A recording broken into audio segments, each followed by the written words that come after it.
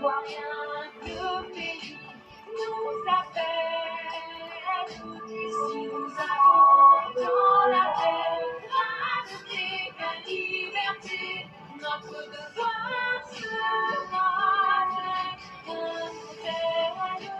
de l'espérance promise à l'humanité. En forgeant unis dans la voie du ciel, la patrie de la reine fraternité. La patrie de la reine fraternité. La patrie de la reine fraternité.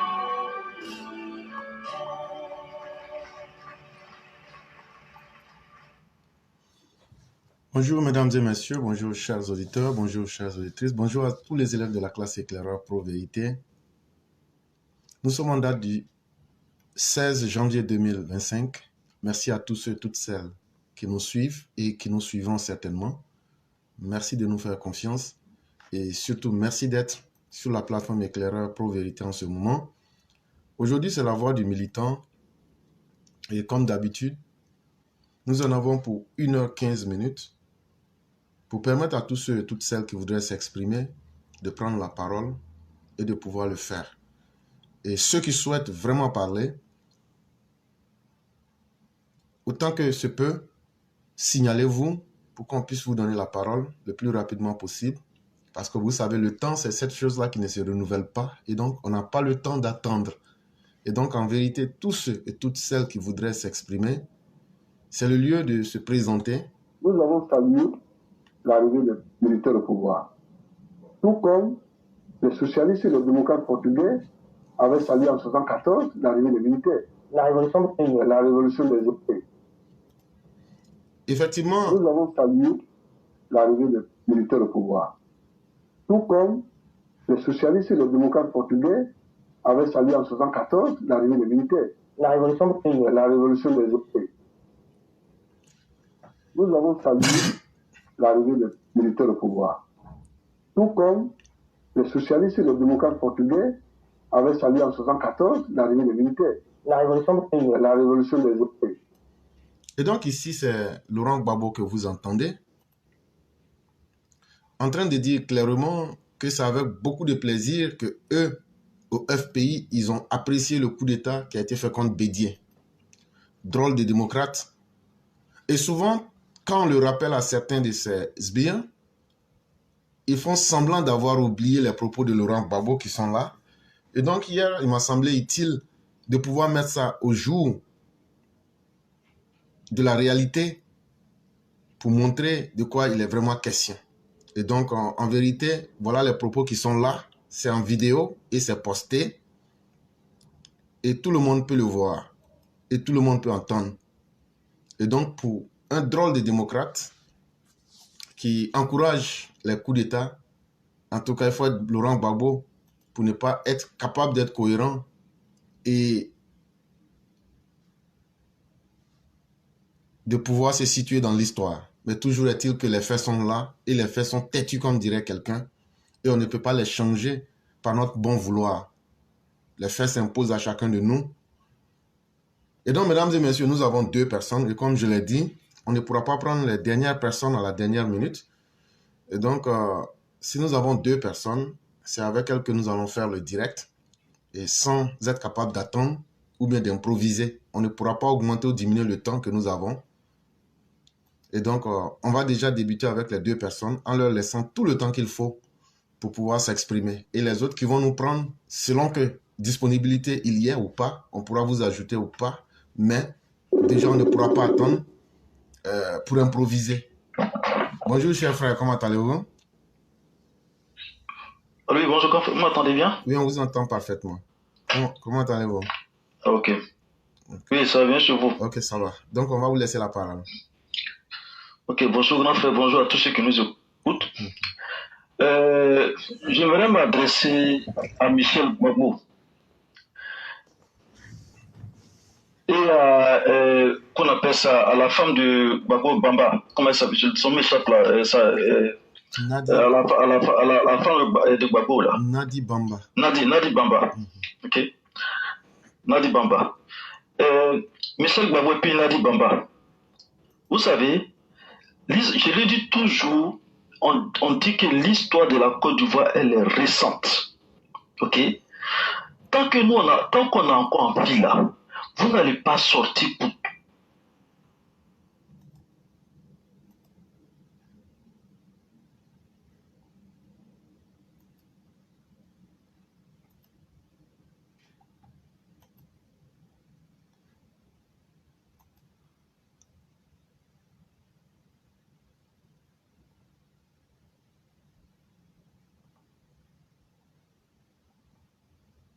C'est Nadi Bamba puis Michel Gbagbo en mars 2024 là. Vous vous souvenez ce qui s'est passé aux militaires de RDN? Vous vous souvenez? Guy Robert là, il aurait voulu qu'on soit humain envers lui. Sa femme, c'est les servants qui étaient à la maison là, eux tous là, vous aurez voulu qu'on soit humain envers eux. Et Michel Gbagbo, Nadi Bamba et Émile là, il aurait voulu qu'on soit humain envers eux. Camara H, père son âme, il aurait voulu qu'on soit humain envers lui. Docteur Dakouri, il aurait voulu qu'on soit humain envers lui. Les membres de l'AGC, qui a fait si à massacrer là, Nadi Bamba, Michel Gbagbo, vous étiez là, hein? Les membres de l'AGC, ils ont été massacrés. Les filles qui étaient membres de l'AGC là, ils ont été violés. Mais votre humanisme là, en ce moment-là, elle était où? Nadi Bamba puis Michel Gbagbo, vous étiez où? Combien de cadres de RDN ont disparu? Combien de cadres de RDN qui ont été tués, emprisonnés? Votre humanisme là était où? Votre humanisme a été aux oubliettes? Hein? C'est Nadi Bamba puis Michel Gbagbo. Les femmes qui ont été violées à l'école de police. Toi, Nadi Bamba qui est femme là. Simon Gbagbo qui est femme là. Les femmes de RDN, les militants de RDN qui ont été violés là. Mais vous étiez où? Votre humanisme était où? Aujourd'hui là, vous allez vous lever pour jouer les humains. Pour que le président Alassane Ouattara soit humain. Mais lui, il est humain déjà. Le président Alassane Ouattara est déjà humain. Parce que lui là, il ne vous donne pas la mort comme vous l'avez fait avant. Donc c'est pas nos parents vous allez tromper là. Nous on est encore vivants. Tous ceux qui sont témoins de l'histoire de la Côte d'Ivoire sont encore vivants. Donc, votre affaire de dire on n'a pas avoir pitié de vous là. Si vous voulez qu'on n'a pas avoir pitié de vous là, retournez le temps en arrière. Tous ceux qui vous avez tué là, tous ceux qui vous avez violé là, revenez en arrière et puis annulez tout ce que vous avez fait. C'est à la suite de ça que nous là, on va voir de vous. Sinon là, vous n'allez pas nous tromper ici.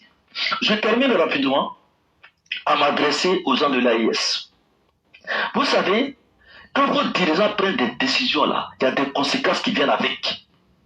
Mais quand on vous parle là, vous pensez qu'on est contre vous. Quand ce qu'on appelle ça, Assimi Goïta, puis c'est les autres colonels là, qu'on fait pour l'État là, qu'est-ce qu'ils vous ont dit? Ils ont dit qu'il y aura des sanctions. Et qu'ils ont peur des sanctions. Que parce qu'il y a des sanctions, c'est le peuple qui souffre. Ils ont décidé que vous devez quitter la CEDEAO. Mais tout comme ils ont dit, ils ont fait coup d'État, puis ils avaient peur des sanctions là. Quand vous quittez la CEDEAO là, il va y avoir aussi des problèmes. Et nous, on vous avertit. Parce que si les problèmes commencent à venir là, ils vont venir vous dire que c'est la CEDEAO qui fait qu'il y a des problèmes. C'est pas la CEDEAO, c'est eux le problème, parce qu'ils savent ce qui va venir. Et puis aussi, j'aimerais m'adresser aux gens de l'AES qui veulent s'associer à leur gouvernement pour déstabiliser la Côte d'Ivoire. Mais vous ne réfléchissez pas, hein. Vous oubliez vite, hein. Mais vous voulez des problèmes. Je vais vous rappeler quelques faits. Les gens qui sont venus attaquer à Kafolo là, ceux qui sont de l'AES, ce n'est pas des gens qui sont du Burkina, du Mali et du Niger. Kafolo là, ça allait où? Les acheteurs de cigarettes là, qui sont venus au nord, ils sont venus acheter des cigarettes là. Qu'est-ce qui s'est passé? Vous oubliez, mais vous voulez cacher votre vie à cause de qui? À cause des militaires qui sont pas capables de faire quoi que ce soit pour votre pays. Le soi-disant commandant Fofana là, qu'est-ce qui est arrivé avec lui? Vous oubliez vite, hein? Les soi-disant fixeurs, ceux qu'on appelait les fixeurs là, ils sont venus pour contribuer à déstabiliser la Côte d'Ivoire. Mais ces ressortissants de l'AES, les fixeurs là-haut, ils sont allés où? Dans leur projet. Il y a aussi tout dernièrement Alain Traoré là-haut, qui était tranquille, qui avait son maquis, qui vendait son poulet, qui gagnait sa vie. Il a voulu s'associer à IB pour déstabiliser la Côte d'Ivoire. Qu'est-ce qui est venu de Alain Traoré aujourd'hui? Donc ceux qui sont bêtes, je ne m'adresse pas à tous ceux qui sont conscients, mais ceux qui ne sont pas conscients, qui sont bêtes, qui ne réfléchissent pas, qui veulent s'assurer à IB pour déstabiliser la Côte d'Ivoire, ce qui arrive aux autres là, c'est ça qui va vous arriver. Donc si vous ne réfléchissez pas là, continuez. Ce qui va vous arriver là, ça va vous arriver. Merci beaucoup, grand frère. Merci. Merci infiniment, cher frère. Et il ne faut jamais se fatiguer de donner des conseils parce que malheureusement, il y a des gens qui ne... La haine, quand elle vous aveugle, les gens oublient de faire la différence entre ce qui peut être utile pour eux et ce qui peut faire leur malheur. Aujourd'hui, malheureusement, il y a beaucoup dans l'AES qui pensent que le fait que Alassane Ouattara ne soit pas là, que c'est ce qui va résoudre leurs problèmes dans l'AES. Alors que c'est une fausse manière de voir la réalité. Ce n'est pas Alassane Ouattara qui a encouragé au coup d'État. Et vous devrez vous souvenir, c'est même lui qui vous a encouragé et permis de comprendre que ce ne sont pas les coups d'État qui pourront faire vos bonheurs. Mais vous l'avez combattu. Vous êtes sorti ici pour dire que c'est lui qui était contre votre bonheur. Il n'y a pas quelqu'un qui connaît votre bonheur mieux que vous. Aujourd'hui, l'état dans lequel vous vous trouvez aujourd'hui, si c'est ce que vous appelez vos bonheurs, vous devrez être les hommes les plus heureux. Parce qu'une fois qu'il s'est tué et qu'on vous regarde dans cette situation, vous devrez être les hommes les plus heureux. Pourquoi maintenant vous voulez imposer forcément le bonheur que vous vivez aux autres alors que les autres disent qu'ils ne veulent pas votre bonheur? En réalité, vous savez que vous vous êtes mis des balles dans la tête. Vous savez dans quelle sale situation vous vous êtes mis. Et aujourd'hui, vous voulez que toute la sous-région soit aujourd'hui dans le même problème. Mais on peut être aussi méchant et bête jusqu'au point même de détruire ce qui peut t'arranger et de détruire pour tout le monde. Malheureusement, c'est ça la force de l'idiotie. C'est ça la force d'être bête. Quand on est bête, on ne se donne pas de limites. On fait tout sans se dire qu'il y aura demain, sans se dire qu'on peut se faire soi-même du mal ou bien aux autres.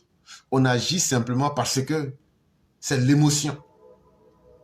Sinon, vous savez très bien comment Laurent Gbagbo vous a traité. Ce n'est même plus à nous de vous le rappeler. Mais si tout ça, ça ne vous a pas servi de leçon, j'ai dit que les Ivoiriens ont compris quelque chose, c'est que vous êtes des gens qui n'en valaient pas la peine. Vous êtes des gens... Le malheur qui vous est arrivé lorsque Laurent Gbagbo a dirigé la Côte d'Ivoire, c'était même un bonheur. Mais ce sont ceux qui vous ont sauvés qui se sont trompés. Mais on peut vous assurer d'une chose. Le comportement que vous faites aujourd'hui, là, avec ce qui vous a été fait au temps de Gbagbo, là, c'est que vous n'aurez plus du tout la chance que ce soit des deux côtés. C'est-à-dire là, vous, les Maliens, les Burkinabés, avec les Nigériens là, est-ce que demain les gens du nord de la Côte d'Ivoire, ceux qui vous ont défendu hier, vont vous voir entre les mains des pro-Gbagbo demain et puis dire non, ceux-là, ayons pitié d'eux par humanisme. Ceux qui ont combattu hier pour la liberté, pour la dignité humaine là, ils n'ont pas demandé que vous soyez étranger, que vous soyez ivoirien. Ils ont combattu pour que la vie et la dignité de tout homme qui vivait en Côte d'Ivoire soient respectées dans un premier temps. Parce que sous le régime de Laurent Gbagbo, la vie humaine n'avait pas de valeur. La vie humaine était foulée aux pieds si vous n'étiez pas un militant du FPI-PPACI. C'est ce combat-là qui a été mené. Au-delà même du besoin des Ivoiriens qui étaient frappés d'ostracisme et du délit de faciès, parce qu'originaires du nord de la Côte d'Ivoire, qui étaient volontairement assimilés aux étrangers. Ce combat a été mené pour sauver vos vies. Mais quand vous vous retournez avec une ingratitude froide contre ces personnes, demain là, il y aura un jour qu'on appellera demain. Tout ce qui se passe là, vos putschistes là, ils seront chassés du pouvoir. Et pour certains même là, ils seront massacrés à la suite. Tellement ils ont commis beaucoup de dégâts. Tellement ils ont tué assez de Burkinabés, de Maliens et de Nigériens Eux-mêmes, ils savent que leur fin, là, c'est une mort certaine. Mais vous, les Burkinabés, vous, les Maliens, vous, les Nigériens, qui vivez en Côte d'Ivoire, est-ce que vous avez une garantie que dès que Ibrahim Kaka, Assimi le Goitreux et le mouton aux dents carriées du Niger vont quitter le pouvoir, est-ce que vous avez la garantie que vous allez prendre automatiquement vos bagages pour quitter la Côte d'Ivoire? Parce que si Dieu fait qu'un jour ces personnes-là ne sont plus là et qu'Alassane Ouattara n'est plus là, allez sur les panels des GOR, ce qu'ils disent là, ils n'ont pas changé de registre. Ils disent, on va utiliser ces Burkinabés, ces Maliens là pour atteindre nos objectifs, pour déstabiliser la Côte d'Ivoire. Mais est-ce que vous avez discuté avec eux quand ils vont prendre le pouvoir, ce qu'ils vont vous faire? Est-ce que vous connaissez? Ce n'est même pas à nous de vous le dire. Mais vous venez de scier la branche sur laquelle vous devriez vous asseoir. C'est que vous là, nous on ne va plus vous voir entre les mains des probabos. Je parle des Maliens, des Burkinabés, des Nigériens. Nous on ne va plus vous voir dans la main de ces gens-là. Même s'ils prennent des briques pour écraser vos têtes. Même s'ils prennent du pétrole ou bien de l'essence 100 francs pour vous enflammer avec là. Tout ce qu'on peut faire là, c'est de nous dire que ça ne nous regarde pas.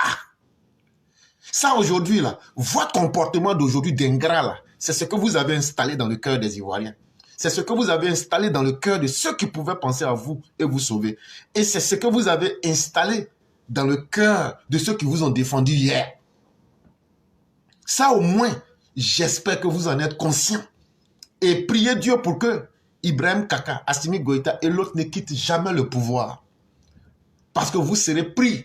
Vous allez voir la destination Côte d'Ivoire là. Vous allez voir et vous allez dire si vraiment on avait su, on n'allait jamais rentrer dans ce jeu-là. Parce que même les Maliens et les Burkinabés, les Nigériens qui sont en Côte d'Ivoire sont les pires ennemis de la Côte d'Ivoire. Aujourd'hui, tout est là. Est-ce que le comportement que vous avez là, est-ce que la communauté ivoirienne qui est au Mali, au Burkina, au Niger peut se comporter comme ça? Est-ce qu'ils peuvent se comporter comme ça? Mais vous, on vous a tellement donné de liberté, on vous a tellement fait des faveurs que vous ne savez plus faire la différence entre ce qui peut vous arranger vous-même, mais vous, le pays qui vous a donné gîte couvert et asile et qui vous a ouvert les bras, vous cherchez même à détruire les fils de ce pays-là. Mais on comprend vos intentions. Vos intentions, si vous le pouvez là, c'est de détruire la Côte d'Ivoire elle-même pour prendre la place des Ivoiriens. Et il faudrait que chaque Ivoirien en soit conscient.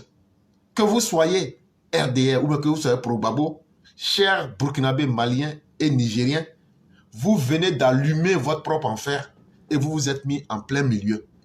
Ça là, ceux qui sont des sentimentalistes vont jouer avec vous. Mais nous autres là, c'est fini pour vous. Même si on ne vous attaque pas, nous, mais on ne va pas vous voir dans votre malheur et puis dire qu'on va sympathiser avec vous. On va se souvenir de votre comportement ingrat. Quand vous rentrez dans des moutons, dans des véhicules remplis de moutons, quand vous venez avec des petits boubous bleus, que vous êtes sous les gros remorques, en train d'encaisser les cacas, des cabris, des moutons et des bœufs, mais on vous laisse entrer pour que vous venez chercher votre pain. Mais que cela ne vous suffit pas et que vous oubliez même que là vous gagnez votre pain, vous devrez vous comporter en ennemi de ceux qui vous donnent ce pain-là. On ne peut que vous dire merci. C'est une belle leçon. Ça veut dire que vous êtes des gens de qui on ne doit pas avoir pitié. Et ça, cette leçon-là, les Ivoiriens l'ont retenue. Et votre ingratitude, vous serez payé à la hauteur de l'impiété que vous aviez eu à commettre. Ça, c'est ce que je voulais ajouter. Bonjour, cher mère, comment allez-vous? Bonjour, cher frère, je vais bien. Et toi et la famille? Dieu merci, tout va très bien. Donc, on va vous laisser la parole. Ok, merci infiniment. Bonjour à tous les EPV, bonjour à tous ceux qui nous suivent. Aujourd'hui, on va dire merci à Dieu pour cette séance de la voix du militant. L'éclaireur, c'est-à-dire quand le frère Moussa a parlé tout à l'heure et que toi-même tu viens de parler, ça fait mal au cœur. Franchement. C'est pourquoi j'ai dit, Burkina, Mali, Niger, priez beaucoup pour votre pays. Oui, priez beaucoup pour votre pays. Parce qu'on ne peut pas être aussi ingrat et puis Dieu va t'élever. Non, l'éclaireur. Le Dieu que moi je crois là, le Dieu en qui nous croyons là, l'éclaireur, Dieu ne peut pas sauver un ingrat. Ça fait tellement mal quand tu regardes ces pays que le président est venu sauver dans la Côte d'Ivoire là, ces ressortissants.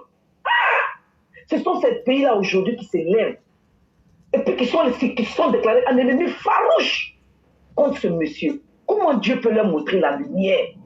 Allah. Comment Dieu peut vous montrer la lumière? C'est comme moi j'ai dit le Coran que vous aviez sur vous là. Parce que vous êtes en majorité musulmane. Ces trois pays-là. Vous êtes en majorité musulmane. C'est lequel des Corans vous lisez? Souvent je me demande. Je dis que quelqu'un peut être aussi ingrat. Dieu même dit qu'il n'aime pas l'ingrat. L'ingratitude là. C'est un caractère vraiment quand tu as ça là. Il faut tout faire pour prier pour que Dieu te l'enlève. Dieu n'aime pas l'ingrat. Et Dieu paye toujours l'ingrat avec la mécréance qu'il a pris contre lui. Parce qu'être ingrat, c'est être mécréant. Ce n'est pas là la mosquée, ce n'est prier, ce n'est pas se montrer le plus. C'est moi, je connais le Coran dans la tête là, qui fait de toi un croyant. Il faut qu'on vous prêche la bonne parole, la vraie parole du Coran. Il faut qu'on vous la prêche pour que vous sachiez que ce que vous faites là, c'est être ingrat envers Dieu. Vous n'avez pas vu comment le groupe de Babo Laurent vous traitait dans ce pays? Vous n'avez pas vu comment les bleus goudés là et les partisans là vous ont fait dans ce pays? Vous n'avez pas vu qui est venu donner la paix à vos parents en Côte d'Ivoire? Qui est venu donner la paix à vos ressortissants en Côte d'Ivoire? Quand même si tu ne m'aimes pas là, il faut reconnaître le travail bien fait. Même si tu ne m'aimes pas, mais il faut aimer Dieu. Parce que c'est lui qui t'a créé. Mais vous, ces trois pays, Burkina, Mali, Niger, vraiment pour vous là, c'est on peut dire. Parce qu'on est dépassé même. Nous, on se demande, mais qu'est-ce qui ne va pas? Vous, aujourd'hui, vous supportez ces opposants-là contre le régime en place. Vous, aujourd'hui, vous supportez ces opposants de la Côte d'Ivoire contre ce régime en place. Waouh! Et avec ça, vous voulez que Dieu vous élève. C'est pourquoi vous êtes dans le noir, au fait. C'est pourquoi vous êtes dans le noir, au fait. Mais moi, je dis, ce n'est pas la faute de ces militaires, l'éclaireur. C'est la faute à leurs ressortissants. Qu'est-ce qu'ils en disent? Qu'est-ce qu'ils en disent? Même si quelqu'un venait vous dire que c'est le président là qui a fait que la CEDEAO vous sanctionne là. C'est Soron Guillaume qui est en train de vous mentir là. Même si quelqu'un vous dit ça, vous devez dire mais quand le monsieur est venu aux ressortissants, sont tranquilles en Côte d'Ivoire. Mais est-ce que vous alliez y penser? Mais moi, j'accuse les ressortissants toujours. Hein. Moi, j'accuse les ressortissants. Parce que même si quelqu'un ne connaît pas ton bonheur, toi, mais tu ne connais pas ton bonheur, nous, les Ivoiriens, là, nos frères qui se sont levés, là, dans la rébellion, là, je ne parle pas de Soron, hein, je parle de Ibé et ses camarades, là. C'est parce qu'ils savaient que l'on souffrait. Le peuple du Nord souffrait. C'est pourquoi ils se sont levés. Mais vous aviez fait quoi? Parce qu'aujourd'hui, on dit vous allez sortir de la CEDEAO. C'est maintenant que vous voyez qu'il est temps qu'on se lève. Tout ce temps-là, vous étiez sur les réseaux, ici on explique le monsieur. Il y a quels ressortissants de vos pays-là qui ont pris aussi les réseaux pour dire hey, arrêtez, c'est ceux-là qui nous ont donné la paix. C'est ce monsieur-là qui nous a donné la paix. Vous l'avez fait! Parce qu'aujourd'hui, vous voyez que vos intérêts seront menacés bien en sortant de la CEDEAO. Tout le monde est prêt maintenant pour dire non, non, non. Ceux qui vous disaient que cela n'est pas bon, là, vous les avez suivis. Franchement, pour que vous ayez la lumière là, wallahi billahi, tant qu'à être la Côte d'Ivoire, n'y est qu'à Côte d'Ivoire, toi, papa, de qu'à toi, man, ni à la bena à Obodibila. Parce que ayo quoi le courant là, ayo quoi carana, mais fils de Walaya, wallahi billahi, moi ça m'a été fils de Walaya fait. Ni moi qu'à comment qui est que, ni te na comment qu'à tirer partout. Mais à la tête fils de Walaya, à la tête fils de Walaya de me faire facile, à la tête sera difficile de Walaya, moi jamais. Alou kela Fissil Wale papa de Hassan Boro. Alou kela Fissil Wale papa de la régime Boro. Moi nana alou bo Fali Boro. Moi nana alou bo Jenny Boro Côte d'Ivoire. Alini alou tinte se ka foyi keke. A tinte kan ka deme. Kou deme ka foko. Ka opposant mou deme ka foko e Côte d'Ivoire chango. Alou tinte se ka opposant mou ka ou Jenny. Mou ka ou Farakoun. Alou tinte se ka go ou e Côte d'Ivoire chango. Mais aw yɛrɛ sigi bɛ Côte d'Ivoire et puis a bɛ Côte d'Ivoire contrôle la ala yɛrɛ bɛ kɛ di k'aw dɛmɛ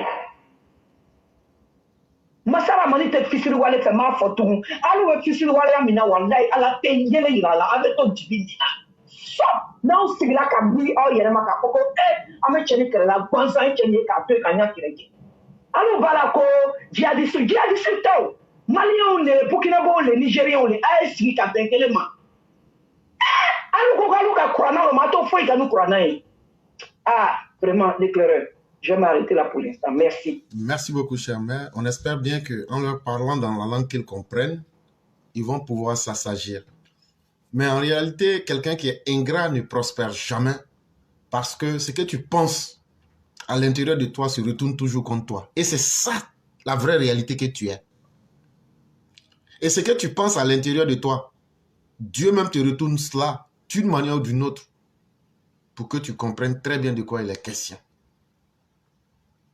Et donc, ces peuples-là, s'ils souffrent, eux-mêmes doivent savoir que c'est eux-mêmes la base de leur propre souffrance.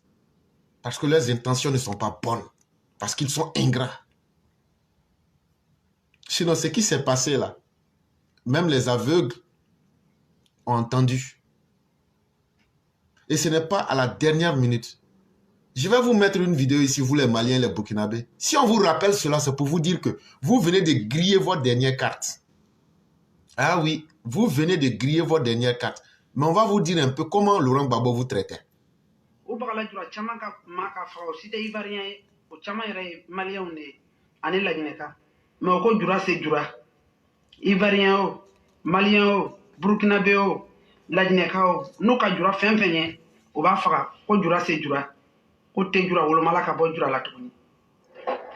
Des étrangers ont en effet été endeuillés dans cette ville de Daloa, où des centaines de personnes seront assassinées. C'est Mama Touré qui avait découvert le corps de son oncle, El Hadj Bakari Touré, riche commerçant malien enlevé en octobre 2002 en compagnie de son frère par des militaires sous les ordres de Laurent Gbagbo. Il a fallu des jours et des jours pour convaincre Mama Touré de revenir en ces lieux.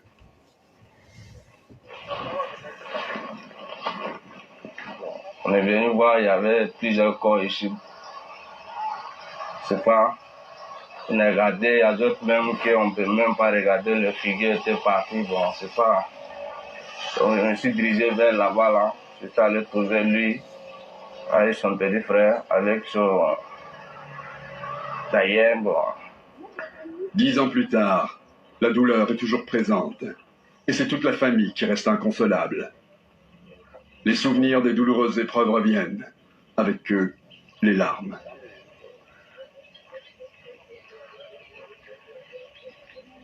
Mon père a toujours vécu avec ce qu'il était, mais il a été pris par l'armée devant tout le membre de la famille.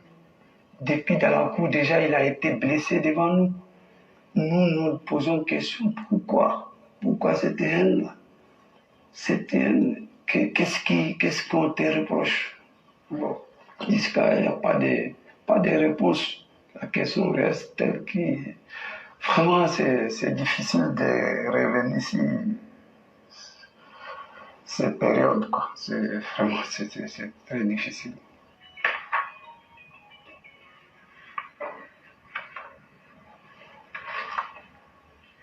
Voici la liste macabre des Maliens tués pendant le règne de Laurent Gbagbo durant les 10 ans de son pouvoir. Agachek Oumar, né en 1985, de nationalité malienne. Diarra Abdoulaye, né en 1961, de nationalité malienne.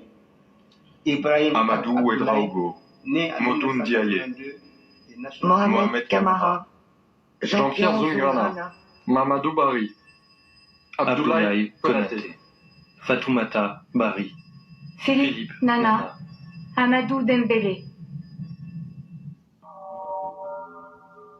Le génocide, c'est la volonté de destruction de toute partie d'un peuple en raison de son caractère national, racial, ethnique. Et dans le cas de la Côte d'Ivoire, les ingrédients étaient réunis. Et une tendance génocidaire était déjà sur place parce que plusieurs aspects peuvent être soulignés, c'est-à-dire qu'une idéologie, l'idéologie de l'ivoirité, c'est-à-dire de la différence, mais de la différence meurtrière. On était à la limite, au stade de l'épuration ethnique. C'est certain qu'on était arrivé au stade de l'épuration ethnique. Les musulmans ont été ciblés parce que des mosquées à travers le territoire national, mais surtout dans la partie sud de Côte d'Ivoire, des mosquées ont été délibérément incendiées. Des exemplaires du Saint-Coran ont été profanés.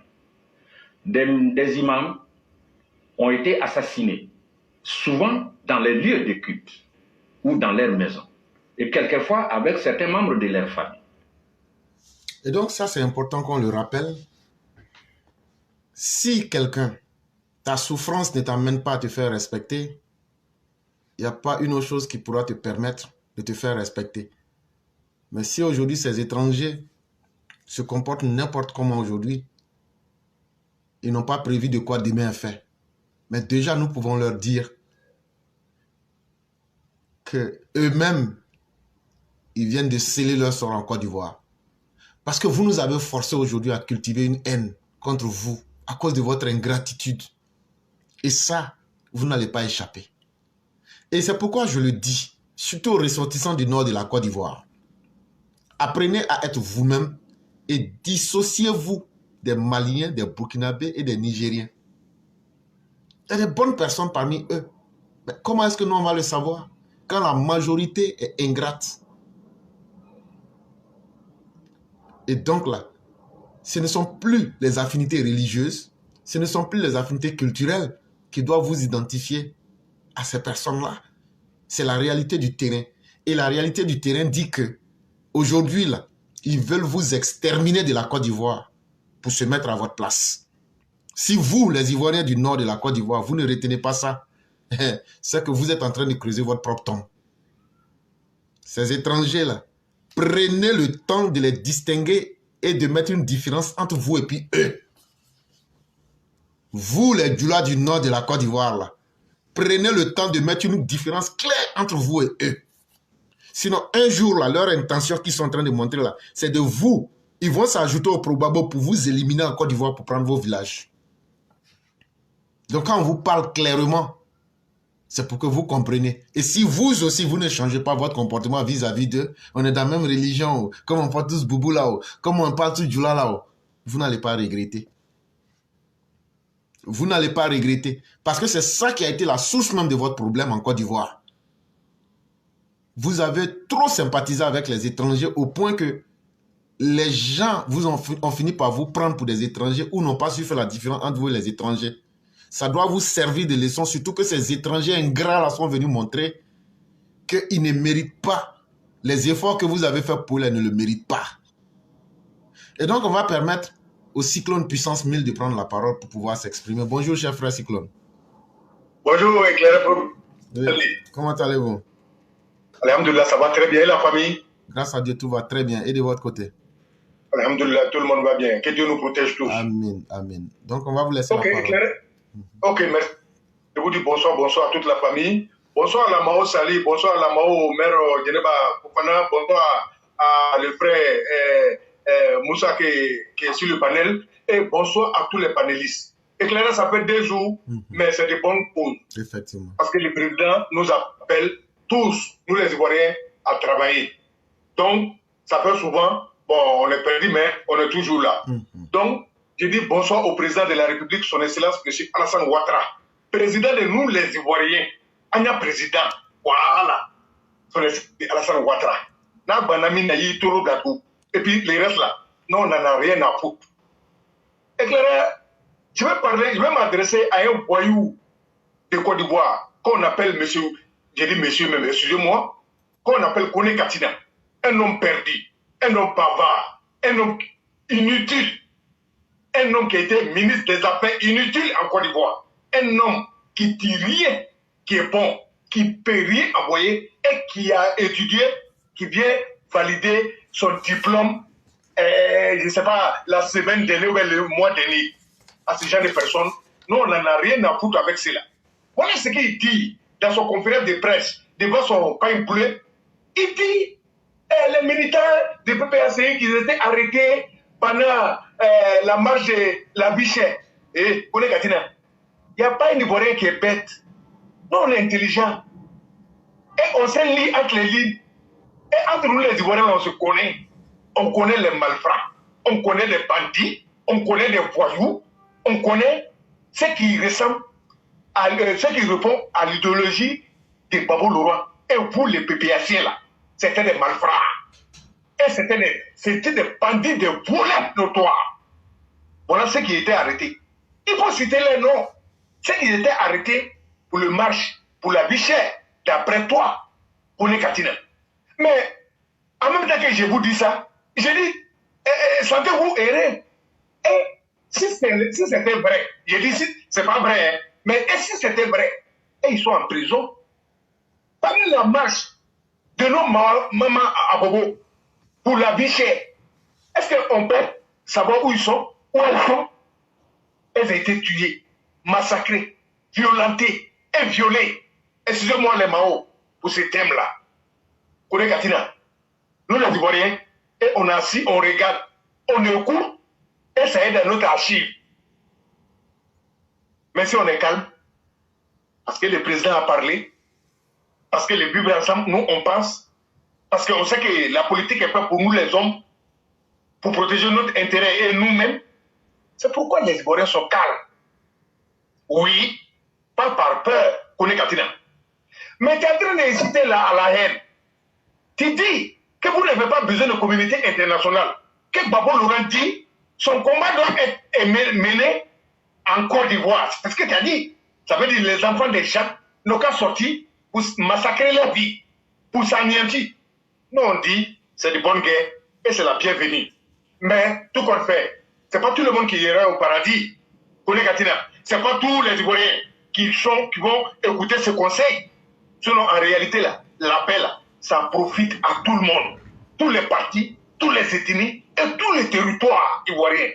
Kone Katina, tous ceux qui vont sortir pour essayer de défier l'autorité de l'État. Et le président a parlé, hein. Il dit, mon pouvoir, je ne peux pas enrager ce pays, laisser les voyous pour venir s'amuser dedans.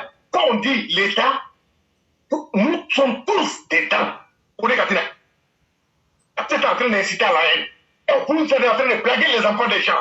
Et ceux qui ont fait ça pour vous avant, ils sont là. Il y a d'autres qui ont parlé dans les pieds. Il y a d'autres, les pieds sont coupés. Il y a d'autres même là. On les a chassés de chez eux. Qu'est-ce que vous avez fait pour eux? Mais ça, c'est entre vous. Ça, c'est entre vous. Nous, ça ne nous regarde pas. Mais l'appel là, ça, c'est un intérêt commun. La Côte d'Ivoire là, ça, c'est nos pays communs. Donc, personne ne va jouer avec ça. Mais, de grâce, avant de faire sortir, inciter à la haine pour que les enfants des gens puissent sortir. Toi, Kone Katina, nous, on ne connaît pas tes enfants, hein. Mais pourquoi tu casses ces enfants? Il faut les prouver, il faut les montrer, il faut qu'ils viennent marcher avec les gens, parce que c'est vous qui prenez les milliards, et nous, nos parents, nous, on peut vous soutenir.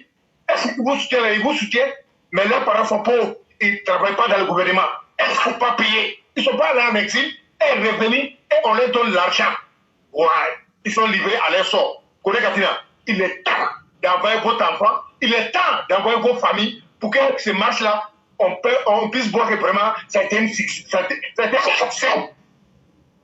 Pas de chien que tu es, mais tu vas rester comme tu es. Et tu es un homme perdu, et tu es vendu, et toi, tu sais dans quoi tu es, et tu vas payer ça à un moment ou à un autre. Et pour avancer vite, la Mao Sali, et affaire de Mali, Burkina, Niger, là. Moi, en tout cas, j'ai une idée, c'est déjà clair. C'est là. Vraiment, quand on veut parler de... Il ne faut pas en parler de courant. Parce que le courant est fait pour les musulmans. Et c'est les musulmans qui peuvent appliquer le courant. Ça, c'est tous les ethnies. Il n'y a pas fait d'ethnie dedans. Mais, qu'est-ce qu'on voit maintenant? Il y a des gens qui se cachent derrière le Coran, derrière l'islam. Oh putain, c'est des malfrats. La majorité. Qu'est-ce qu'on n'a pas fait au Mali? Allez rassembler les vieux qui n'arrivent même pas à donner pour prix les popotes. Allez s'asseoir, insulter un président. Je quand lui donner son mot qui va mourir. Et la Côte d'Ivoire serait incendiée. Est-ce qu'ils n'ont pas fait? Est-ce qu'il y a l'autorité? Est-ce qu'il y a une personnalité a pu parler? Mais pour dire après, il y a des gens qui pouvaient parler, mais ils ont eu peur de parler parce qu'après d'avoir parlé, ils seraient assassinés. Ça aussi, c'est clair. Donc c'est là, c'est leur bénédiction qui a été exaucée par Dieu. C'est pourquoi au XXIe siècle, on voit Opération Lampan au Mali. Et celui qui n'est pas informé, allez-y sur le net, il y a l'opération Lampan au Mali au XXIe siècle. Pendant ce temps où le président est en train de mettre lumière dans les goudrons chez nous, dans l'eau chez nous, en haut des immeubles chez nous, les feux artificiels chez nous, nous, on est heureux, malgré et pourrait, il nous est maudit. Mais la malédiction là, Dieu a transformé ça en bien. Parce qu'on a un président qui est bien. Dieu a transformé ça en santé, en longue vie et bonheur pour enjaillir sur nos pays et ainsi que sur nous, les Ivoiriens. C'est ça. Éclairé vient de dire. L'homme là, ce que tu penses là, en réalité là, c'est si ça l'homme, Dieu te paye. Une chose est sûre, le président là, il n'est pas camarade de quelqu'un. Il n'est pas camarade, mais c'est le président de la République. Pour ne pas trop monopoliser, je vous dis bonsoir et je vais m'arrêter là pour dire que vous êtes champion de votre génération et il n'y a pas l'homme en face. Ils vont bavarder, ils vont se rallier et puis ils vont se taire et la Côte d'Ivoire sera des États-Unis d'Afrique. Celui qui veut, c'est ça. Celui qui ne veut pas aussi, c'est ça. C'est les Ivoiriens qui parlent. Je vous dis merci éclairé et je me mets sur. Merci beaucoup le Cyclone. Laurent Gbagbo et lui-même et sa bande, c'est des gens qui ne valent tellement pas du tout la peine que souvent ça me plaît comme ça de jouer certaines vidéos pour montrer que tellement ils ne sont rien. Et donc je vais jouer cette vidéo-là pour vous. C'est quoi? Insultez-moi, moi je ne sais pas dire. La personne qui met les têtes rouges là, c'est pas mon problème. Je dis Gbagbo, c'est fini. En tout cas, c'est fini. Nous, on peut pas souffrir pendant 10 ans et puis on va remettre 10 ans sur notre tête, sur notre pays. Qui ça va être derrière Nadi Baba qui va devenir première dame. C'est Waiko. C'est Waiko. Tu vas être découragé de Gbagbo. C'est ça, Waiko. On s'en fout de Gbagbo. Propre. Voilà. Moi, j'ai chanté pour Gbagbo. Ah bon? J'ai chanté pendant 10 ans. Hein? Et puis, je ne peux pas parler. Tu peux parler. On ne peut pas parler. Tu peux parler. On ne peut pas parler. Tu peux parler. On ne peut pas parler. Tu peux. À cause de Nadi, on ne peut pas parler. Faut parler. On va être miette. Tu peux pas être miette. Et donc ça, c'était pour apporter une note d'humour. Il y a notre ravissante mère, Djeneba Fofana, qui est parmi nous. Bonsoir, chère mère. Bonsoir, bonsoir éclaireur, bonsoir à tout le monde. Salut, Silikiba, bonsoir frère Moussa. Merci beaucoup éclaireur de me donner la parole encore aujourd'hui. J'espère que vous allez tout bien déjà. J'espère que vous n'allez pas nous raconter Waiko. Ça veut dire quoi? On ne sait jamais, hein? On verra bien ce que Dieu va nous permettre de dire. Oui. Donc, on va vous laisser la parole. Ok, merci beaucoup, Claire. Bonjour et bonsoir. Voilà, au panel là. À vous qui nous suivez, voilà, j'espère que vous allez tous bien aussi de votre côté là-bas. Donc, moi, je vais commencer par parler de la diva.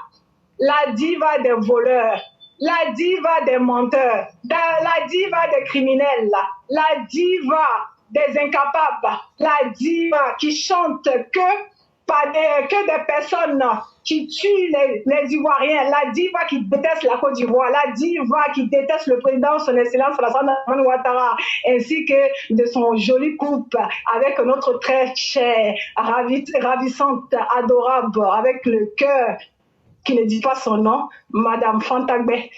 de notre président, son excellence Alassane Dramane Ouattara, parce que... Et cher, mais tu sais ce que j'ai constaté la dernière fois? Oui. On était sur un site de Maliens qui était en train d'insulter le président. Ils ont insulté le président, J'ai dit, moi je suis là. Moi, je suis tremblé à commencer dans mon corps. J'ai dit, faites-moi monter. J'ai tout fait, ne pas accepter.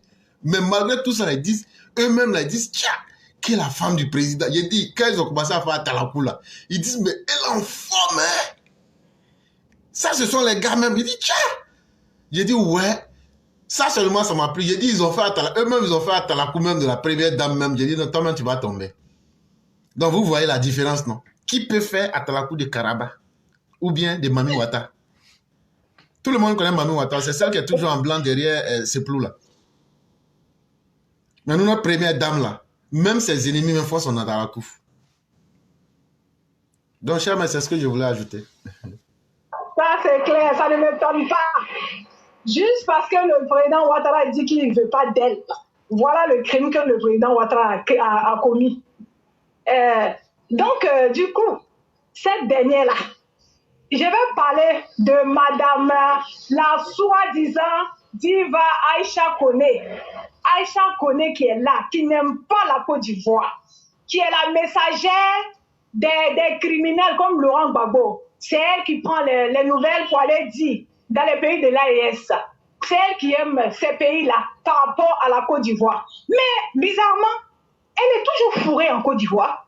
Donc moi, je viens demander à Aïcha Koné aujourd'hui, là, Aïcha Koné, la diva des incapables, la diva des haineuses, la diva des criminels, la diva des voleurs, des bandits de grand chemin.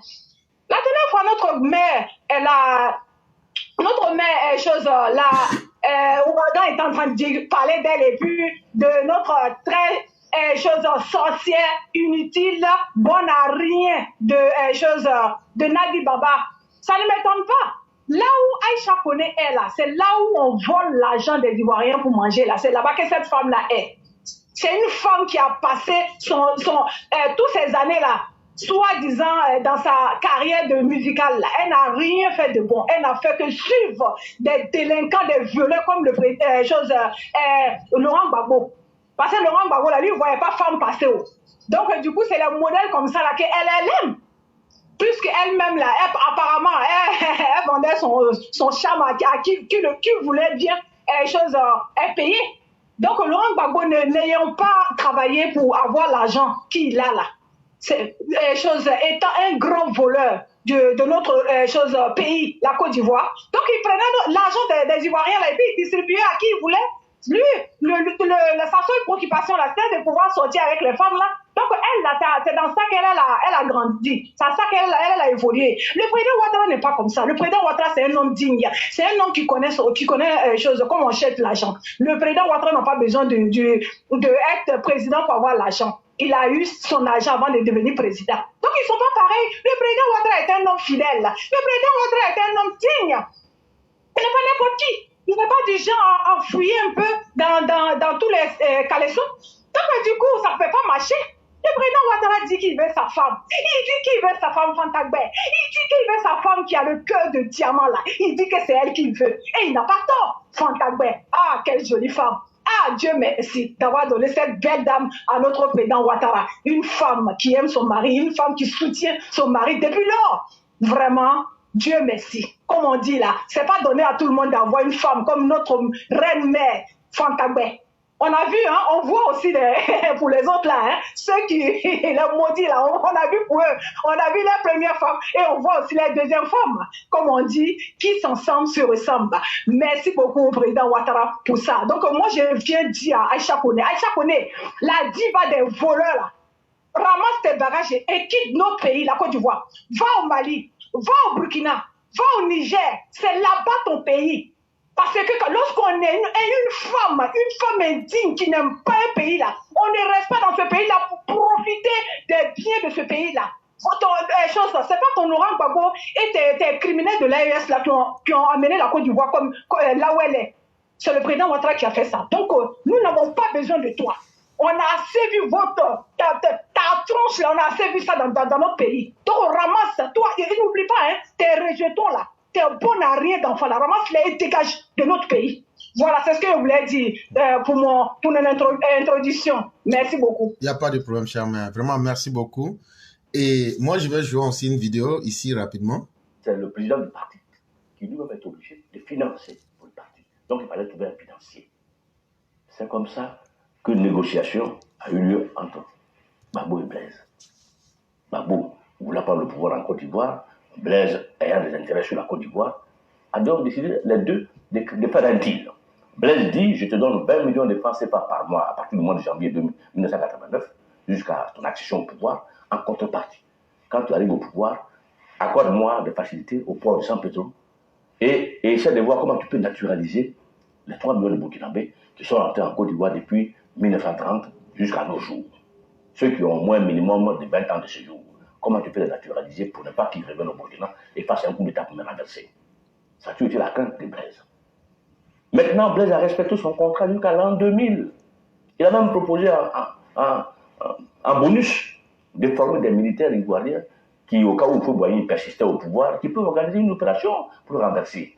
Ces militaires-là, on les connaît. C'est le colonel Oulata, c'est même Dakou Dabré qui a suivi même des formations, c'est le capitaine Akapia. Tout cela, Vous entendez, non? En 1989, la même chose que Gbagbo a fait en envoyant Katina pour aller dire qu'on a fait coup d'État en 2024 sur la Côte d'Ivoire. Là. Bernard Doza dit en 1989, Laurent Gbagbo est allé faire former des gens au Burkina pour venir faire coup d'État. Donc, ajoutez ça sur votre argumentaire lorsque vous êtes en face de gore. Si je joue cette vidéo-là, c'est pour vous donner l'argument que Laurent Gbagbo, là, il ne fait que répéter l'histoire. Les moutons de l'AIS qui le suivent, là, ce qu'il a fait à Blaise hier, en prenant 20 millions chaque fin de mois, en promettant le port de San Pedro. Et en plus de cela, si Oufo persistait au pouvoir, ils ont formé des gens, les Oulata, Gouadi et autres. C'est eux qui ont mis Gbagbo au pouvoir par coup d'État le 26 octobre 2000. C'est la même chose que Laurent Gbagbo est en train de répéter aujourd'hui. Ibrahim Kaka, il lui dit, viens, tu attaques la Côte d'Ivoire. Le nord de la Côte d'Ivoire, là, ça, vous faites ce que vous voulez là-bas. Vous, si vous voulez là, vous faites ce que vous voulez avec le nord de la Côte d'Ivoire. C'est pas ça qui m'intéresse. Parce que de toute façon, là, moi, Laurent Gbagbo, là, je veux même génocider ce peuple-là. Donc là, si quelqu'un d'autre peut le faire, là, ça ne me gêne pas. Maintenant, quand je vais venir au pouvoir, je vais voir si je peux vous laisser le port. C'est ce qu'il avait fait avec Blaise.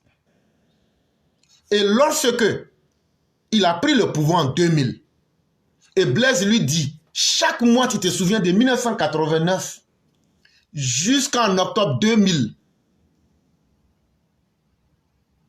quand je te donnais l'argent, là, chaque fin de mois, là, est-ce qu'aujourd'hui, tu es prêt à respecter ton contrat? Si vous vous souvenez très bien, Laurent Gbagbo a dit comme ça dans le vide que je ne vendrai pas la Côte d'Ivoire. Je ne sais pas si quelqu'un s'en souvient ici. Peut-être qu'il y a des gens qui ne s'en souviennent pas, mais peut-être que certains peuvent s'en souvenir. Oui. Ok. Mais est-ce que vous savez pourquoi il avait dit qu'il ne vend pas la Côte d'Ivoire? Parce que pour dire que tu veux vendre ou même tu veux acheter, il faut être d'abord dans un cadre mercantile. Il faut être dans un marché. Il faut être dans un deal. En fait, Laurent Gbagbo était en train de dire indirectement à Blaise, c'est vrai, j'ai négocié avec toi. C'est vrai ce que je t'ai dit là, mais je ne fais pas. Et c'est ça Blaise a dit là. Moi aussi, je ne peux pas financer tout ça. Et puis venir accepter Waiko que tu vas faire sortir de ta bouche là. Donc là, je vais former les gens là, puis on va te limer. Tu vois, Gbagbo même qui est le vrai père de la rébellion. C'est ce que je veux vous faire comprendre. Le vrai père de la rébellion là, c'est celui qui allait vendre la Côte d'Ivoire, Laurent Gbagbo, qui a pris l'argent au nom de la Côte d'Ivoire. Et au moment de remplir son deal, il a refusé. Il dit, lui, il ne va pas accomplir sa part du contrat. C'est là que Blaise dit, là, tu vas payer. Et ce n'est pas moi qui le dis. C'est un ancien ou bien un partisan de Laurent Gbagbo lui-même qui le dit. C'est sous Blaise que ces gens ont été formés. Maintenant, quand Gbagbo a pris le pouvoir, Blaise amène quelqu'un pour la contrepartie. Blaise dit, Gbagbo dit, bon, qu'on laisse le temps d'attendre. C'est comme ça que nous sommes partis vers 2002. Et Blaise a reçu la rébellion au Burkina. Et quand un journaliste français est venu au Burkina pour dire, oui, mais récemment, tu as téléphoné à Chirac pour dire qu'il y avait des Burkinabés, des Ivoiriens qui sont ici, qui s'entraînent, mais Gbagbo est ton ami. Il dit, oui, mais Gbagbo est mon ami, je l'ai financé. Mais il n'a pas respecté le contrat. C'est pour cela que je n'ai pas refusé quand les Ivoiriens sont venus s'entraîner ici pour le renverser. Quelqu'un est parti, le journaliste est parti à Abidjan. Bon, il voit Gbagbo. Et Blaise dit que tes frères qui sont en train de s'entraîner au Burkina Faso pour te renverser, c'est parce que tu n'as pas respecté le contrat que vous avez signé. Il dit, ah oui, mais Blaise, c'est vrai, il m'a financé, mais ce n'est pas une raison pour le vendre la Côte d'Ivoire. Donc, on comprend bien pourquoi Blaise a soutenu Guillaume Soro et sa rébellion pour frapper la Côte d'Ivoire en 2002. Mais il fallait que je sois au Burkina chez Blaise pour que le deal puisse avoir lieu en 1989. Parce que le problème de fond de toute action politique en Afrique, c'est le financement. Il faut avoir un État qui finance. Et Blaise a financé. Et c'est parce qu'on n'a pas respecté le contrat qu'il nous a envoyé la guerre. Et donc, quand cela est dit, vous les militants RDR, RHDP, vous devrez être capable de prendre ces argumentaires-là. Bernard Doza, c'est le cousin de Laurent Gbagbo. Et quand il parle, il dit, il était là-bas. Et donc, quand on veut vous extrapoler les faits, là, prenez la réalité et puis mettez en face d'eux. C'est ce que vous devrez faire. C'est ce que les EPV doivent faire. Prendre les faits et puis les confronter. Alassane est le père de la rébellion. Rentrons dans l'histoire et puis situons les faits de façon propre. Et donc voilà, ici. Et donc on va laisser le frère MDG, s'il veut encore revenir pour 5 minutes. Cher frère, nous vous laissons la parole. Oui, bonjour, chers frères. Bonjour encore de nouveau à tous les panélistes et à tous ceux qui nous écoutent. Moi, je vais aller rapidement avec 2 points.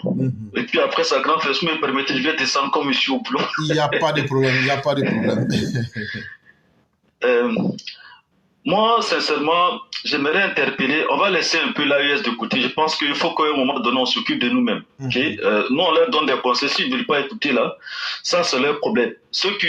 Les personnes qui ont été bien pour vous dans le passé, et aujourd'hui, vous voulez retourner pour vous aller avec ceux qui vous ont fait du mal, pour attaquer ceux qui vous ont fait du bien. Bon, en tout cas, Dieu ne dort pas. Dieu va récompenser tout un chacun de nous pour ce qu'on fait dans la vie. Vous savez, j'aimerais interpeller nos cadres, nos ministres, nos directeurs de cabinet, nos directeurs dans les différentes structures de l'État. Quand on dit un gouvernement, j'ai déjà parlé de ça ici, quand on dit un État marche bien là, c'est du bas jusqu'au sommet. Donc, ce que je veux dire par là, c'est quoi? Le travail là qu'on fait, ça commence depuis le bas jusqu'en haut.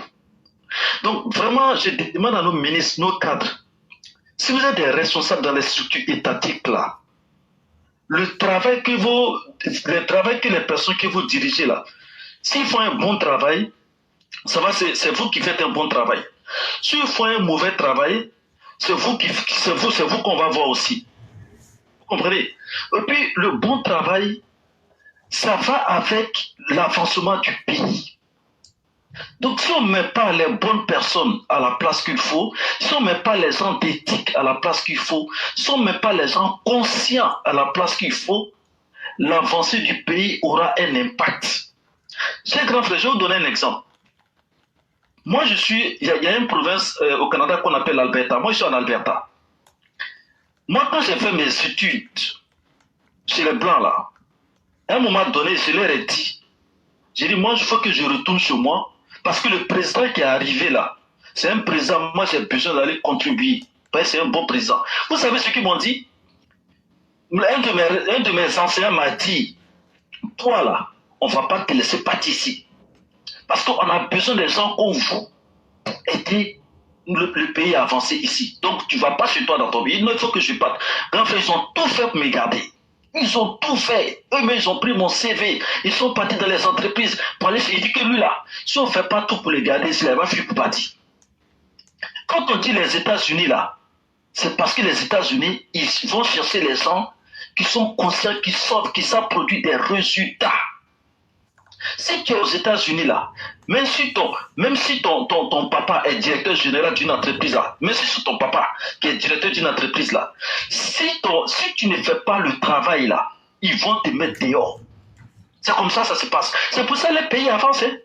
Parce qu'ils mettent. Donc, moi, j'aimerais dire à nos dirigeants, s'il vous plaît, même si vous avez vos cousines, vous avez vos frères, vous avez vos connaissances dans les structures que vous dirigez là, le travail, c'est important.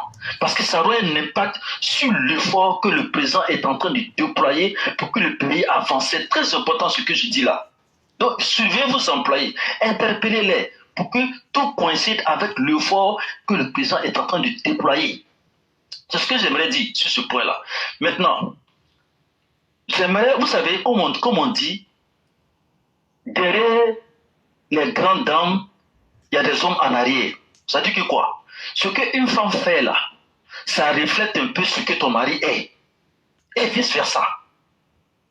J'aimerais rendre hommage à certaines dames dans ce pays-là.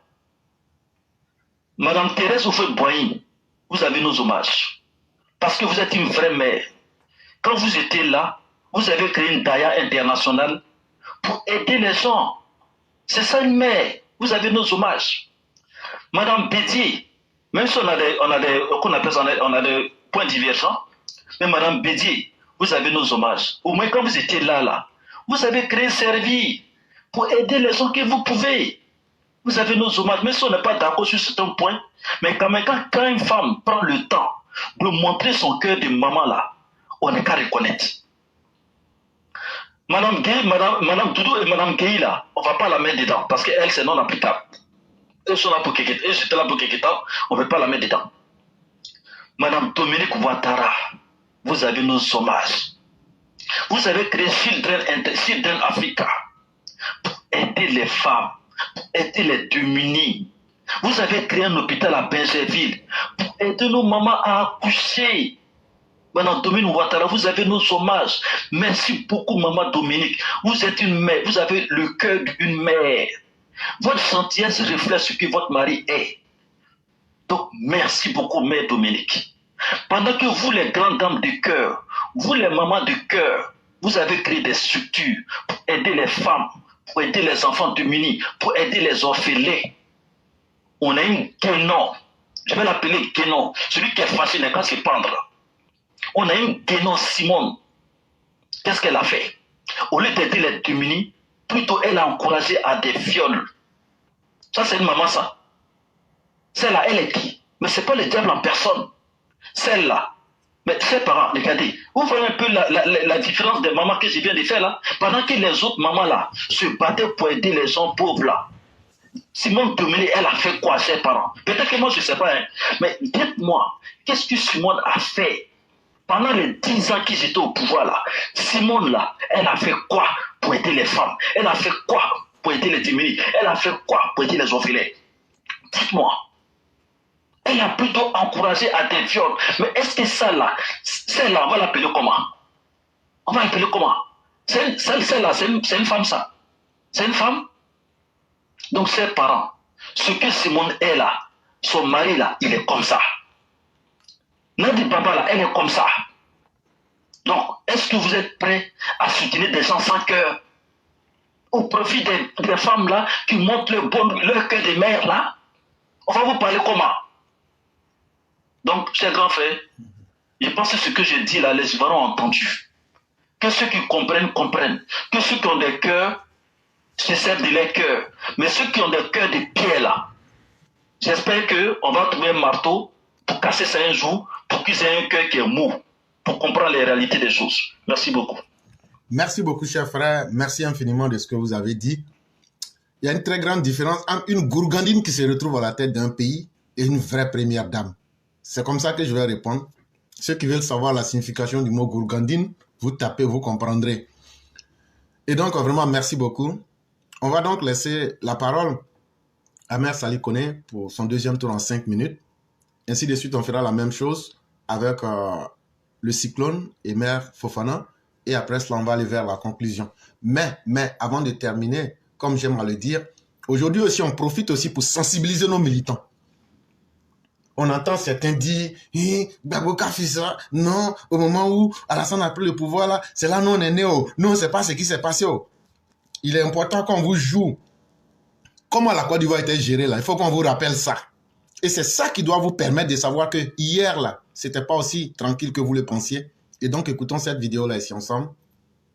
Dès le départ, on voulait fabriquer un dictateur, un tueur. Des petits marginaux, mais on dit pas quoi tuer.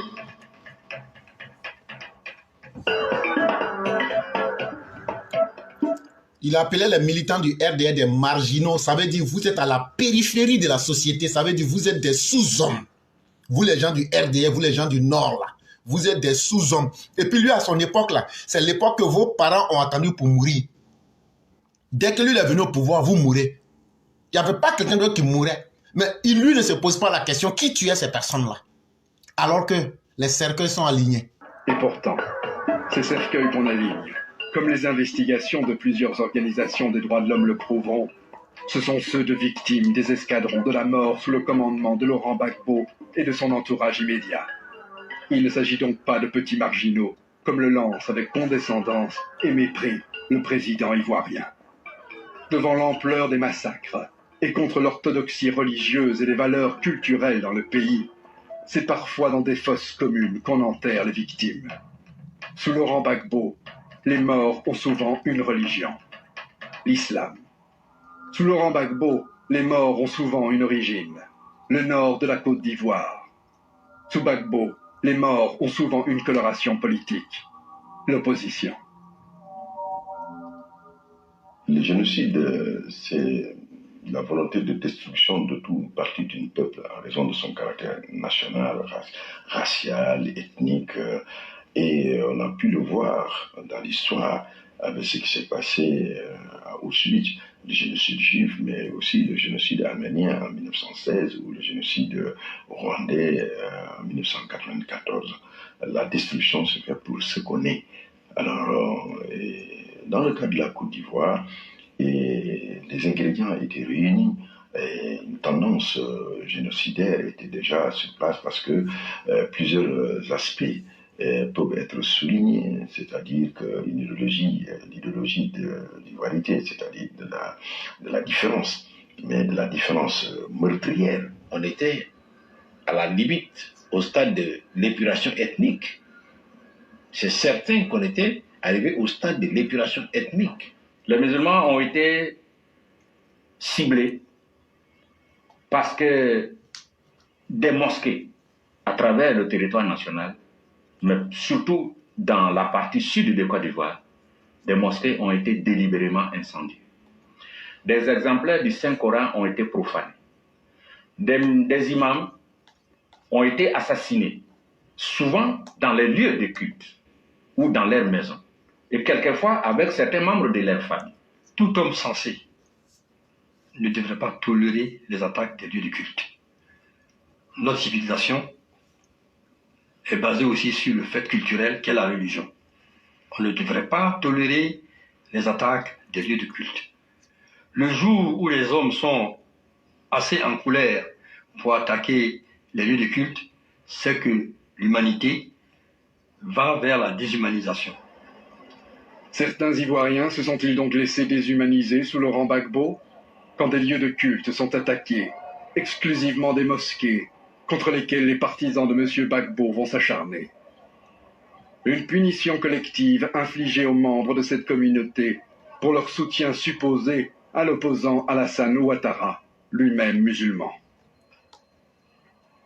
Les 10 années de Laurent Gbagbo ont clairement été marquées par un basculement de plus en plus important du pays dans la violence, une généralisation de la violence. Et effectivement, je pense qu'on ne saura probablement jamais exactement, disons, le bilan en termes de victimes de cette période.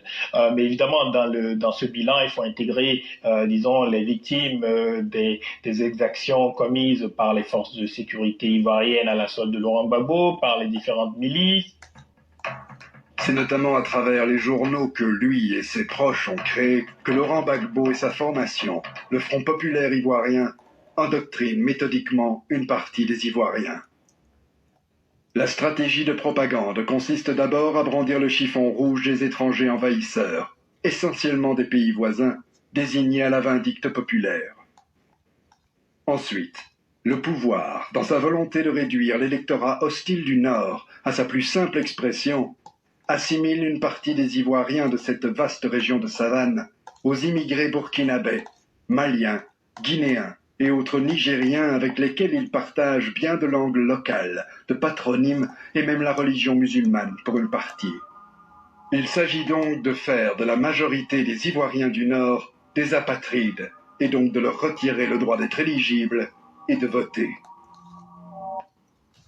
Et donc, vous les gens du Nord, les Djoula, là, qui êtes là, nous on n'a rien eu dans le pouvoir là.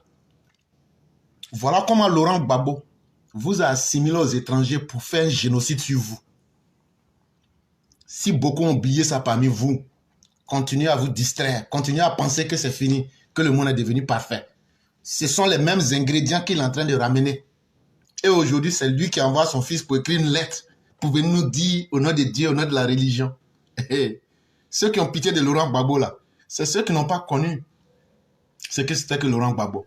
Mais amusez-vous avec le feu. Le feu là, lui, brûle. Lui ne réfléchit pas. Et donc, chère mère, on va vous laisser la parole. Chère mère Sali Kone. Eh, cher frère, 100 ans sur ta vie. 100 ans sur ta vie. C'est ce que moi je dis. J'ai dit, ce sont les VAR là qui doivent parler. Chère mère, 2025 là. Chère mère, oui. Moi-même là, je suis océan des VAR. Faut laisser ça. Si j'ai fini avec VAR il y a longtemps. Est-ce que tout ce que j'ai fait là, est-ce que tu pensais que j'avais tout ça? Ils vont lire l'heure. J'ai dit 100 ans sur ta vie, professeur. Ce sont les VAR qui vont parler. Parce que les VAR, là, c'est pas imagination. C'est pas quelqu'un qui a monté. Non, moi-même, l'électorat, tu dois avoir TV VAR. Il faut TV VAR. Ça, là, ça veut tout dire. Ça, là, est-ce qu'on on a besoin de dire que c'est faux? Et l'électorat, c'est que tu as dit qu'il a dit que je ne vais pas vendre la Côte d'Ivoire. Lui, il a dit, il y a la vente même de ça encore. Non, mais... Il y a ça. Et puis, Bernard Doza, non seulement c'est le cousin de Gbagbo, mais il était conseiller de Blaise quand les faits se passaient. Ah, l'histoire est têtue. Ah non. Eh Dieu, est-ce qu'on savait Dieu un jour que tu allais créer Internet? Mais toi, Dieu, mais tu as vu comment le monde s'en va là. Tu dis, si je ne fais pas, je ne rends pas les gens intelligents pour créer ce système-là, ça ne va pas aller. Dieu, vraiment, nous on te dit, alhamdoulilah, merci beaucoup. Toujours. Merci aussi d'avoir créé l'éclaireur, Dieu. Merci de nous avoir donné cet enfant. Si moi-même on s'attend, dit, si l'éclaireur n'était pas là, on allait faire comment? Dieu. Vraiment, merci Dieu. C'est tout ce que je peux dire. L'éclaireur, merci 100 ans sur ta vie. C'est la VAR là qui va faire que ceux-là vont disparaître de la politique. Au nom de Allah. Pour faire disparaître ces gens, il faut la VAR. Il faut les mettre en face d'eux-mêmes. Comme de la manière que tu as mis Bokar Sako en face de lui-même et puis la soya là. C'est comme ça qu'on doit le faire. Tellement facile pour... Oh non, l'éclaireur, merci beaucoup. Merci pour tout le travail que tu as fait. Que Dieu te protège toujours. Que Dieu te protège comme de la manière, on prie qu'il protège papa de tout ce qui l'entoure là, tout ce qui nous donne la paix, la sécurité là. Le clair, que Dieu te protège, que Dieu te mette. Le clair, tu es un ange pour la Côte d'Ivoire. Voilà, tu es un ange pour nous.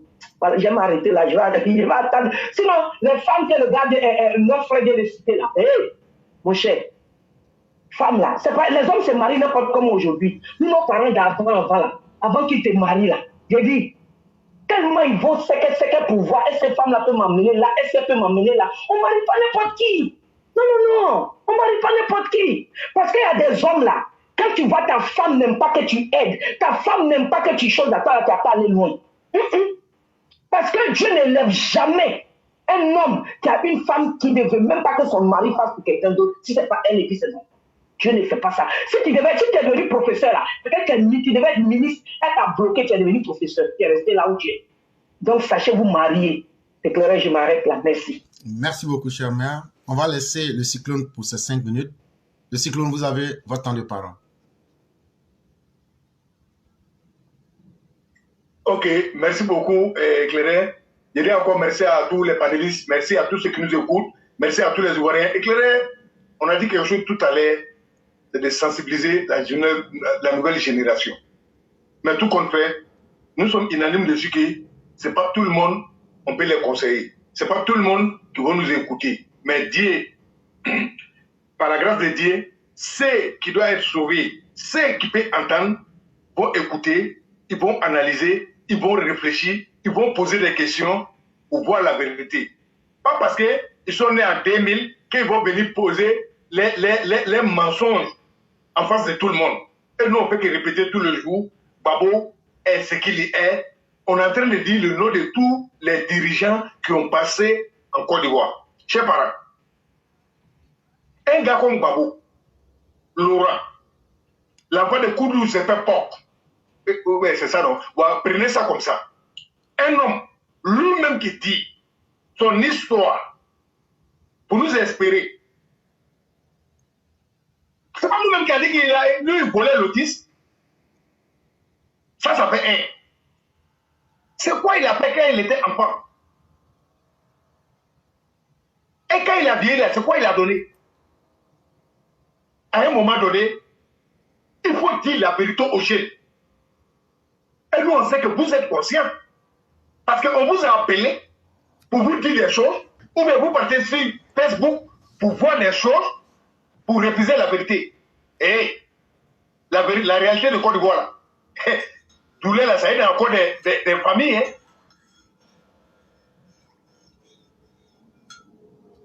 Et il y a beaucoup d'Ivoiriens qui ont perdu les pieds. Et tous, on était maltraités en Côte d'Ivoire. Il n'y a rien qui était programmé pour nous. Mais aujourd'hui, on dit Dieu merci. On dit merci au président de la République. Son Excellence, M. Alassane Ouattara.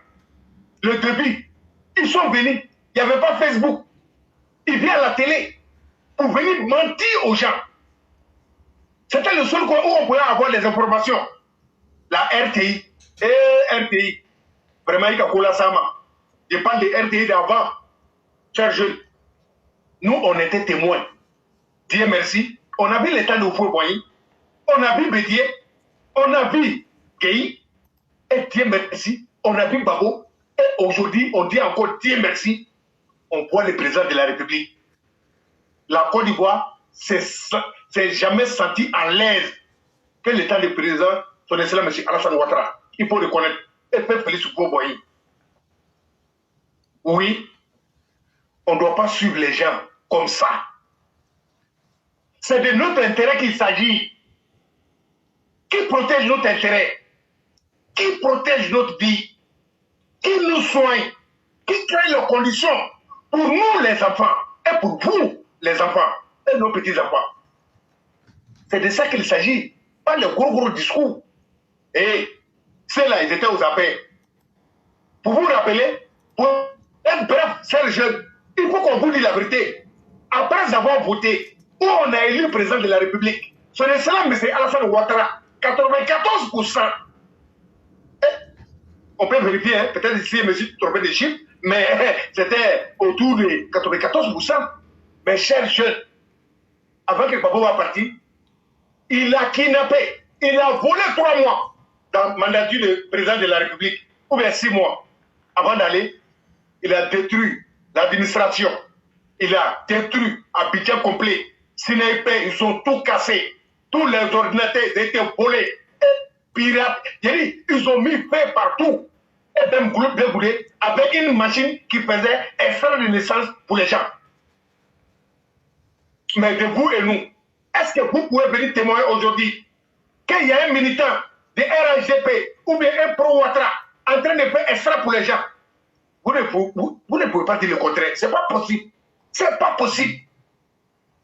Donc, ce que nous, on peut vous dire, il s'agit de nous. Quand on parle de nos pays, quand on parle de nos présidents, quand on parle des dirigeants, c'est notre intérêt d'abord. Maintenant, les babos, c'était leur intérêt. C'est pourquoi il n'y a rien qui était fait pour nous. Chers jeunes, nous, on ne fait que parler. Nous, on a nos mal dans nos corps. On a perdu nos amis et nos frères. On a bien. Mais on a pardonné parce que nous sommes une famille, une grande famille et un pays qui est la Côte d'Ivoire, qui est dirigé par son excellence M. Alassane Ouattara. Et il a parlé, quel que soit le problème, on est obligé de payer ce que le président a dit. Et c'est ce que la majorité des victimes ont fait. Et on a si.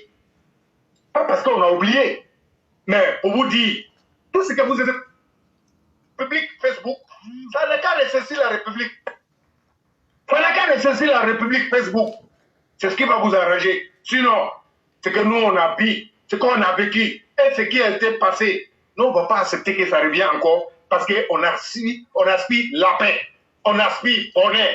Et chacun d'entre nous, partout là où on se trouve, chacun est en train de grouiller pour pouvoir aller réaliser chez lui en Côte d'Ivoire. Et pour vous dire, vous les haineux, vous les racistes, vous les xénophobes, vous n'avez rien en Côte d'Ivoire. Et vos parents n'ont rien déposé en Côte d'Ivoire. C'est pourquoi vous voulez brûler ce pays-là. C'est ce que vous dites, hein? Mais ça va rester sur Facebook. Nous, on sait la réalité. C'est le contraire de ce que vous allez dire. Tout ce que le président a fait, avec l'argent de contribuables, avec nos soutiens, nous allons soutenir ce pays, soutenir le président de la République et carrer de tous les pieds qui ont été faits par le président de la République aux intérêts de tous les Ivoiriens. Parce que nous sommes tous bénéficiaires et nous n'allons pas accepter d'aller dans la poubelle avec vous. Parce que vous avez un dirigeant, un leader qui vit dans la poubelle, qui est né dans la poubelle, qui va finir par la poubelle. Et pour conclure ici, là, chers Ivoiriens, tous les mamans et papas, Babo, il veut être martyr. Babo veut être martyr. Babo sait qu'il ne peut plus diriger la Côte d'Ivoire. Mais ce qui est prêt, tellement c'est énorme pour détruire tout. Donc il fait tout pour être martyr. Mais le monsieur le président de la République, son excellence, M. Alassane Ouattara, ne va pas te donner cette possibilité. Ce n'est pas possible. Il va sortir par la petite fenêtre. Et tu es déjà sorti par la petite fenêtre. Nous, on n'en a rien à foutre avec toi. Et nous, on veut programme de société, peut-être pas d'idée. Qu'est-ce que vous pouvez apporter? Qu'est-ce que vous pouvez apporter? C'est ça l'intérêt de nous, les Ivoiriens. Nous, si vous voulez marcher, si vous voulez casser, si vous voulez brûler, faites sortir vos familles, ils vont venir brûler. Et on serait assis. Et puis on va les regarder. Niamouin. On va voir qui a mis l'eau dans le coco. Parce que le président, là, quand il parle, il fait. Et il a parlé, il parle, il fait. Il dit, je ne vais pas arranger, quelqu'un va venir détruire. Nous, on n'aime pas les déstabilisateurs. On n'aime pas les voyous. On n'aime pas les présidents porte-portable. On n'aime pas. Et on voulait en fait. Donc, c'est ce que je voulais dire. Et je m'arrête là. Merci beaucoup, le cyclone. Merci pour tout ce que vous avez dit. On va donc passer la parole rapidement à Mère Djeneba. Et après cela, il y a Yann qui vient de nous rejoindre. On ne pourra que lui donner 5 minutes, vu que le temps, on était déjà vers la fin. Mais comme c'est d'habitude ici, on fait l'effort de donner la parole aux uns aux autres. On va lui laisser ces 5 minutes en espérant qu'il sera efficace. Et donc, Mère Djeneba, vous avez votre temps de parole. Ok. Éclaireur? Oui. Okay. Oui. Donc, merci beaucoup, éclaireur. Oui, merci beaucoup. Voilà, donc je voulais parler au fils de Laurent Gbagbo, Michel Gbagbo. Oui, je voulais parler de sa demande qu'il a fait au président Ouattara en lui disant qu'il n'a qu'à faire libérer les prisonniers géopolitiques pour montrer une image d'un président soucieux de rassembler de rassembler les Ivoiriens plutôt que de les diviser. Je voulais lui dire qu'il est mal placé pour demander cela parce que connaissant ce qui s'est passé, que son père a fait en Côte d'Ivoire, le plus gros travail que son père a fait en Côte d'Ivoire, ça a été de diviser les Ivoiriens, ça a été de les tuer, ça a été de voler les Ivoiriens, ça a été de tout faire pour ne pas que les Ivoiriens soient, fassent un. Donc c'est mal, c'est hypocrite de sa part de faire ce genre de demande. Voilà, donc c'est plutôt à son père qu'il doit aller faire cette demande-là. Et puis lui-même, si les soucis du président n'étaient pas de unir les Ivoiriens, là, le président Ouattara n'allait pas lui permettre d'être député parce qu'il ne méritait pas. Étant un enfant qui n'a rien fait à l'école, à un enfant à qui on a donné tout parce qu'il était il est le fils de Laurent Gbagbo, étant un enfant même qui n'est pas d'origine 100% ivoirien, un côté français, un côté malien, parce que son père, là, il est malien. Donc, du coup, normalement, là où il est, là, c'est un vrai Ivoirien qui devrait avoir ce poste-là. Donc, en étant à ce genre de posture-là, on ne doit pas se permettre de l'ouvrir pour parler. Parce que comme ils ont fait par la violence, ils n'ont pas trouvé gain de cause. Ils voient que la période de l'élection est en train d'approcher. Donc, du coup, maintenant, ils sont obligés maintenant de passer par toutes les stratégies pour pouvoir, ils pensent qu'ils peuvent obliger le président Ouattara à le baratiner pour qu'il puisse mettre le nom de Laurent Gbagbo et puis aussi qu'il puisse libérer encore des criminels en prison. Voilà, donc je voulais lui dire qu'ils arrêtent les cinémas, ça ne va plus prospérer. C'est fini, hein, la libération des criminels. en Côte d'Ivoire. Maintenant, là, les gens ils vont devoir assumer les crimes désormais. Voilà, c'est ce que je voulais dire à cet individu. Et puis dire aussi aux gens du Nord, vous qui dites que, oui, le temps de Laurent Gbagbo, on nous donnait beaucoup d'argent. Le temps de Laurent Gbagbo, il y avait tout. Vous qui marchez avec Nadi Bambala, la femme, chose qui a perdu, qui a oublié son histoire là. Vous là, vous êtes en train de dire ça de Laurent Gbagbo. Laurent Gbagbo, l'argent qu'il prenait pour vous donner là, c'était pas l'argent de quelqu'un d'autre, c'était pas son argent qu'il était venu avec, c'était l'argent, vous-même, l'argent que vous prenez, vous-même vous avez payé les impôts pour que Laurent Gbagbo puisse faire travailler le pays, embellir le pays, construire les écoles, les universités et tout, construire les hôpitaux pour qu'on puisse vous soigner là. Et c'est cet argent-là que Laurent Gbagbo prenait pour aller vous donner des miettes et puis en plus vous traiter de tous les noms et pour terminer aussi vous tuer. Comme vous ne connaissez pas votre histoire, le président Ouattara ne distribue pas de l'argent, mais il prend l'argent de la Côte d'Ivoire pour mettre dans la Côte d'Ivoire. C'est ça, grâce à ça que vous arrivez à vous soigner, grâce à ça que vos enfants arrivent à aller à l'école, dans les écoles dignes de ce nom. C'est grâce à lui que votre pays est reconnu dans le monde entier. C'est grâce à lui que vous êtes reconnu aussi, vous êtes respecté dans le monde entier, que la libre circulation, vous arrivez à faire ça dans la dignité et puis dans le respect et tout ce que vous voulez. Donc n'oubliez pas cela. Quand on met les deux personnages côte à côte, on voit qu'il n'y a pas de match. Le président Ouattara n'a pas besoin de l'argent de la Côte d'Ivoire. Le président Ouattara n'est pas un voleur. Le président Ouattara n'est pas un criminel. Le président Ouattara est un homme de paix. Le président Ouattara est un homme qui a un nom. Un homme de confiance, un homme qui aime bien la Côte d'Ivoire, qui a amené la Côte d'Ivoire là où la Côte d'Ivoire n'avait jamais été depuis que la Côte d'Ivoire est la Côte d'Ivoire. Donc faites attention, n'oubliez pas qui vous êtes, n'oubliez pas votre histoire, n'oubliez jamais ce qui vous est arrivé auparavant. Si demain les conditions venaient à donner à Laurent Gbagbo, il ne va même pas hésiter, il fera même plus pire que ce qu'il a fait auparavant. Je m'arrête là, merci beaucoup. Merci beaucoup, cher maire. Merci infiniment. Et donc, au grand maître Yann qui est là, on va lui accorder 5 minutes pour qu'il puisse s'exprimer et après cela, on va conclure l'émission. Donc, le grand maître, bonjour. Comment Merci beaucoup.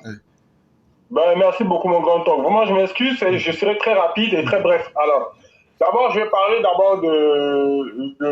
de nos hommes politiques qui ne comptent sur la politique pour s'enrichir. Il va falloir qu'après les élections, que le président de la République, son Excellence Alassane Ouattara, demande aux députés de réfléchir sur une loi qui va imposer aux hommes politiques d'avoir une activité qui permette aussi à ceux-là aussi de contribuer à l'effort national. Parce qu'ils vont pas s'engraisser comme des porcs, ils vont pas s'engraisser sur le dos des contribuables ivoiriens et rester là à foutre le chaos dans le pays. Parce qu'eux, ils ne sont pas contents parce qu'ils ne sont pas au pouvoir. Donc ça doit être un préalable. C'est-à-dire que celui qui veut faire la politique, il doit d'abord montrer son travail. Qu'est-ce qu'il fait? Et il doit être un salarié ou un chef d'entreprise.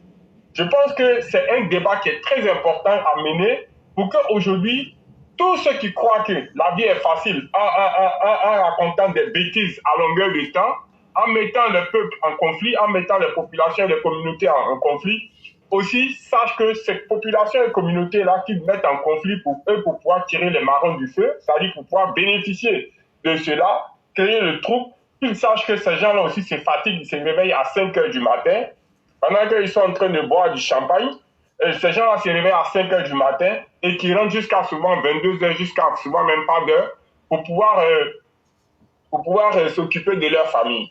Donc voilà un peu ce que j'aimerais dire en premier temps. Maintenant, parler de nos frères du Nord.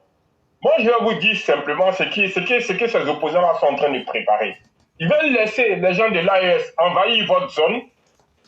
Ceux-là vont maintenant vous commander. Ceux-là seront maintenant les maîtres des lieux. Et maintenant, ils viendront demain pour dire notre pays a attaqué, comme ils l'ont fait. Notre pays a attaqué par les étrangers. Il va falloir maintenant que nous nous levons pour les chasser du pays. Et vous tous, vous les gens de l'AES, ils vont tous vous chasser pour eux maintenant s'approprier ces endroits-là. Donc, ceux qui croient, vous connaissez pas ces gens-là. Vous connaissez, c'est des génocidaires, c'est des gens, c'est des tribalistes, c'est des gens qui sont prêts, c'est des grands xénophobes qui sont prêts à raser cette partie-là pour qu'eux, ils puissent venir, comment il s'appelle, faire ce qu'on appelle le grand remplacement.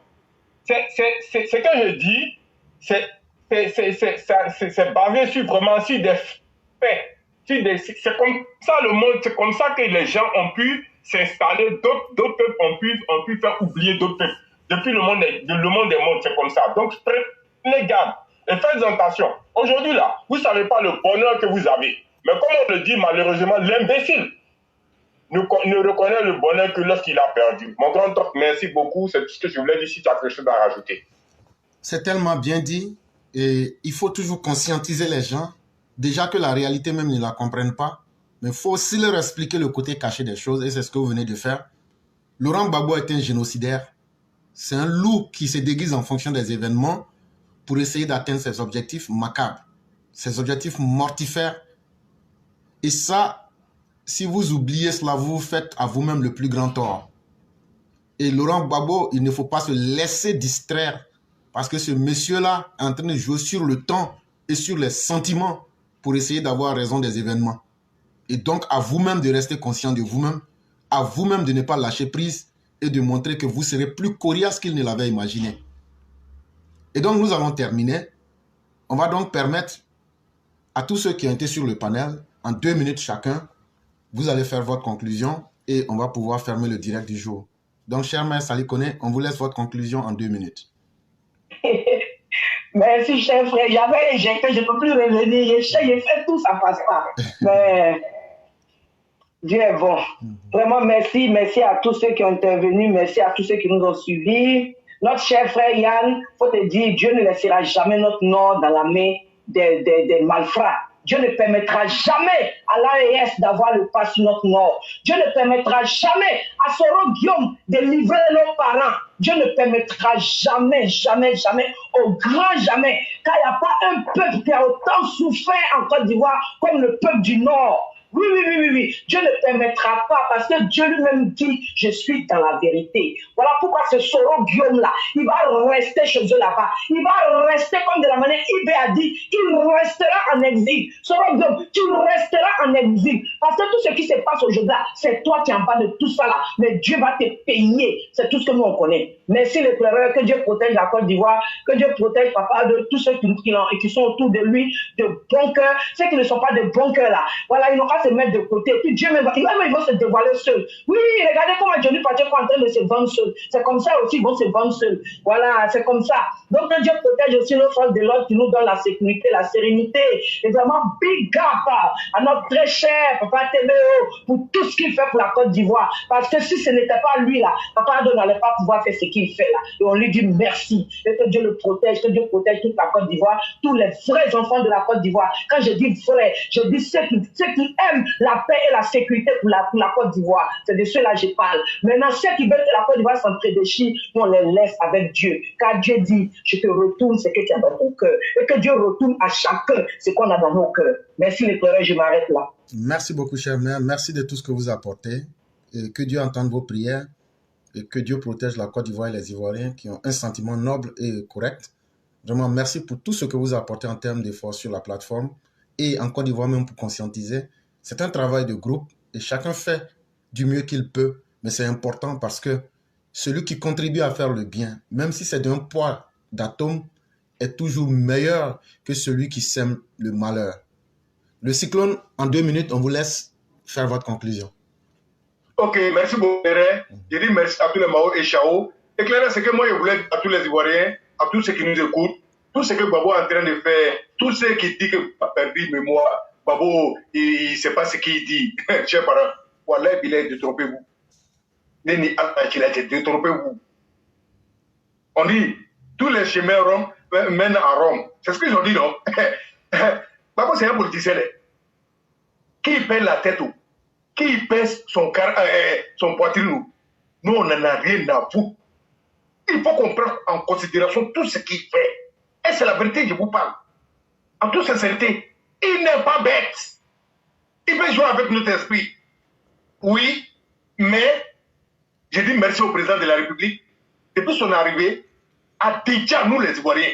Maintenant là, pour nous compliquer, ça va être chaud. Hein, parce qu'on sait comment il faut regarder. Et on va poser des questions et on va les écouter. Et la réponse, ils vont nous donner. Et nous-mêmes là, voilà, on va voir maintenant ce qu'on peut prendre, ce qu'on ne peut pas prendre. Là où on est arrivé, nous les Ivoiriens, voilà, c'est pas ça, on ne va plus rentrer dedans. Mais tout qu'on fait, le président a fait ça. Il est en train de faire tout ce qu'il est en train de faire. Et tout son programme, il a dit, nous les jeunes, nous les jeunes, nous les jeunes. Il est en train de parler. Sans nous d'attendre, ou si vous voulez là, refuser. Mais la réalité là, ça va être en face. Et chacun d'entre nous, on serait là pour faire les témoignages. Mais tout qu'on fait, je sais que c'est compris. C'est pourquoi tous les manipulateurs, ça ne passe pas. Et continuons à dénoncer comme on est en train de faire. Souvent, le développement des pays, souvent, comment dirais-je, la défense des pays et dénoncer les bandits. C'est tout ce qu'on peut faire pour aider le président de la République. Ce n'est pas petit. Et c'est beaucoup ce qu'il nous demande. Donc je vous dis merci. Inch'Allah, demain sera un autre jour. Merci beaucoup, Éclairé. Merci beaucoup, le Cyclone. Merci pour ce conseil. Si tu vois quelque chose, tu as l'obligation de dire quelque chose. Ne sois pas bête de te taire pour que ta vie soit en danger. Savoir sauver sa vie est l'acte le plus intelligent.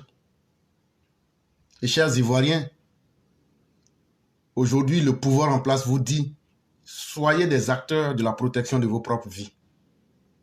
Chère mère, Fofana, c'est vous qui avez la parole pour 2 minutes. Pour faire votre conclusion, on vous écoute. Ok, merci beaucoup, éclaireur. Je termine par dire à ceux qui mettent fin à leur vie, je termine par vous dire que ce n'est pas la bonne solution.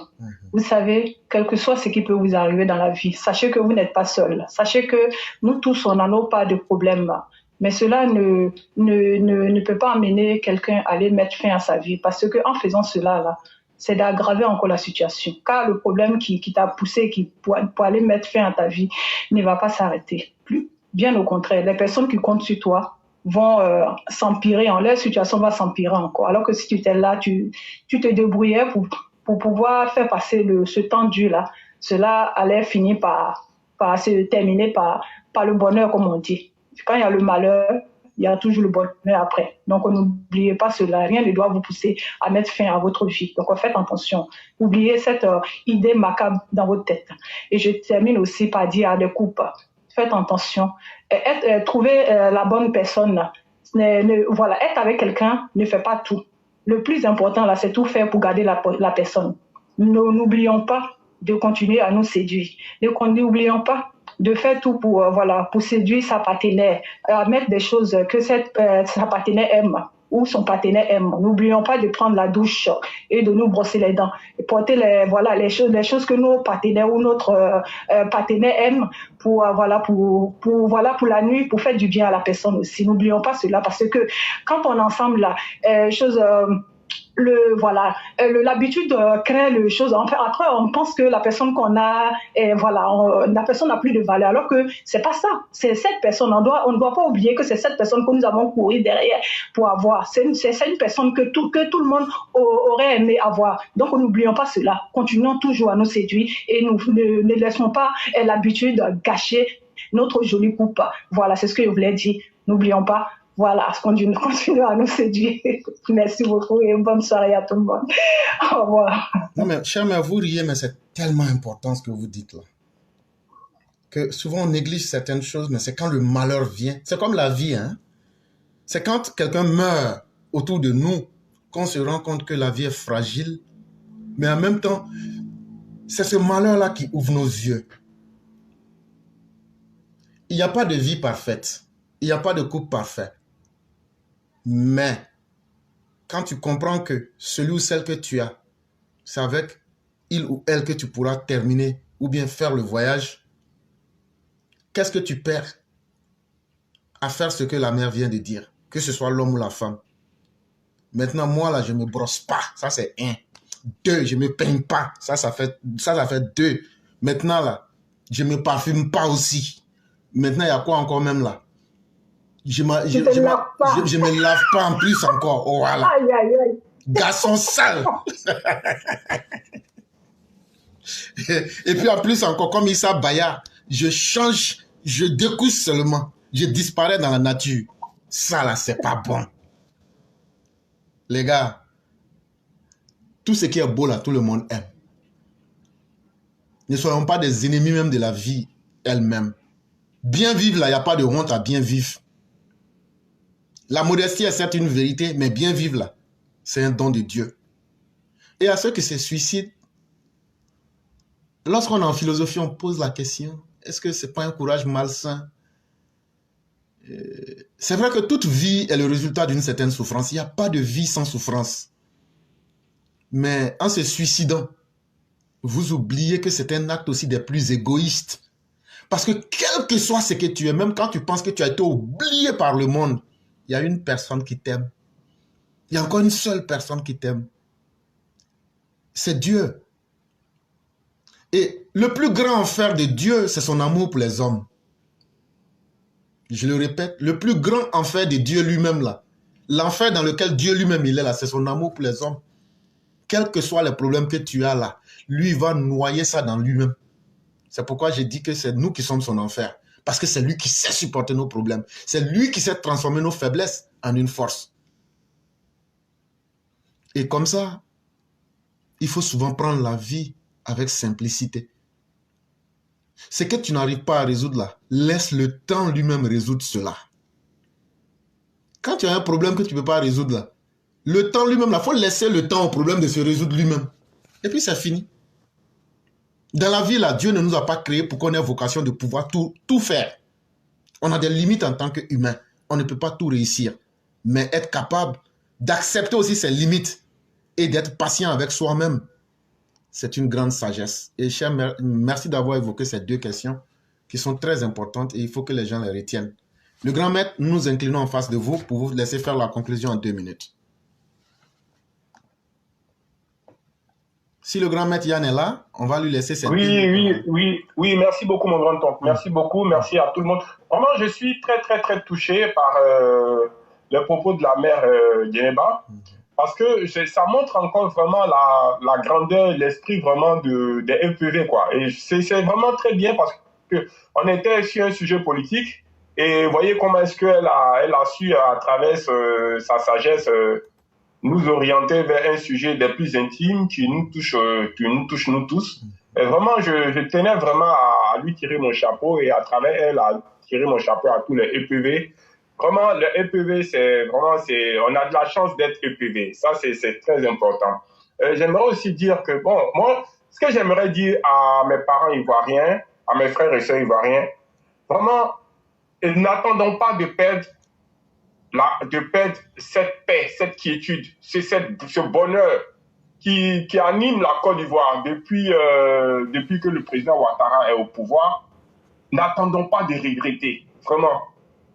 Vous savez, dans la vie, on peut être bête, mais on peut aussi, si on le veut, aimer les bonnes choses, faire les bonnes choses. Pourquoi? Parce que c'est ça qui nous permet au moins de prendre un peu de hauteur sur la vie. Et mon grand-oncle vient de dire, la vie est tellement belle, la vie elle est tellement fragile, que ne tombons pas vraiment dans la bêtise et ne devenons pas comme des animaux, nous à qui Dieu a donné l'esprit de discernement. Voyez, et c'est très important que nous soyons vraiment des dignes représentants de Dieu comme Dieu a toujours voulu que nous le soyons. Et ça passe par l'amour de l'autre, ça passe par l'amour de soi-même, ça passe aussi par le respect et la considération de l'autre. Et quand on dit ça, ça nous remet dans la politique. Et c'est ce que le président Ouattara fait. Le président Ouattara n'est pas un homme extraordinaire. C'est un homme hors pair, mais il n'est pas extraordinaire. Je m'explique. Il ne fait que ressortir ce qui est au fond de lui comme amour pour son prochain. Il ne fait pas de la magie. Il est exceptionnel. Pourquoi? Parce qu'il a compris que la vie que Dieu lui a donnée, la chance que Dieu lui a donnée, lui, il a compris ça, il a accepté en toute humilité. Il dit, voilà, j'ai tout réussi dans ma vie. Qu'est-ce qui me reste à faire à part aider l'autre qui est mon prochain, à part donner à mon pays le rayonnement? Mais voilà, tout est réussi. Mais certains qui sont venus, c'est un de ses prédécesseurs, non, ses prédécesseurs comme Seplou, lui, il parlait des êtres humains comme lui, étant donné qu'il est considéré comme des marginaux. Voyez-vous la différence? C'est-à-dire des petits marginaux. C'est-à-dire que moi, je te mets en marge de ma vie. Tu n'es pas comme moi. Tu n'es pas comme moi, mais tu es inférieur à moi. Moi, je suis supérieur. Moi, ma communauté, mon ethnie, je veux dire, je suis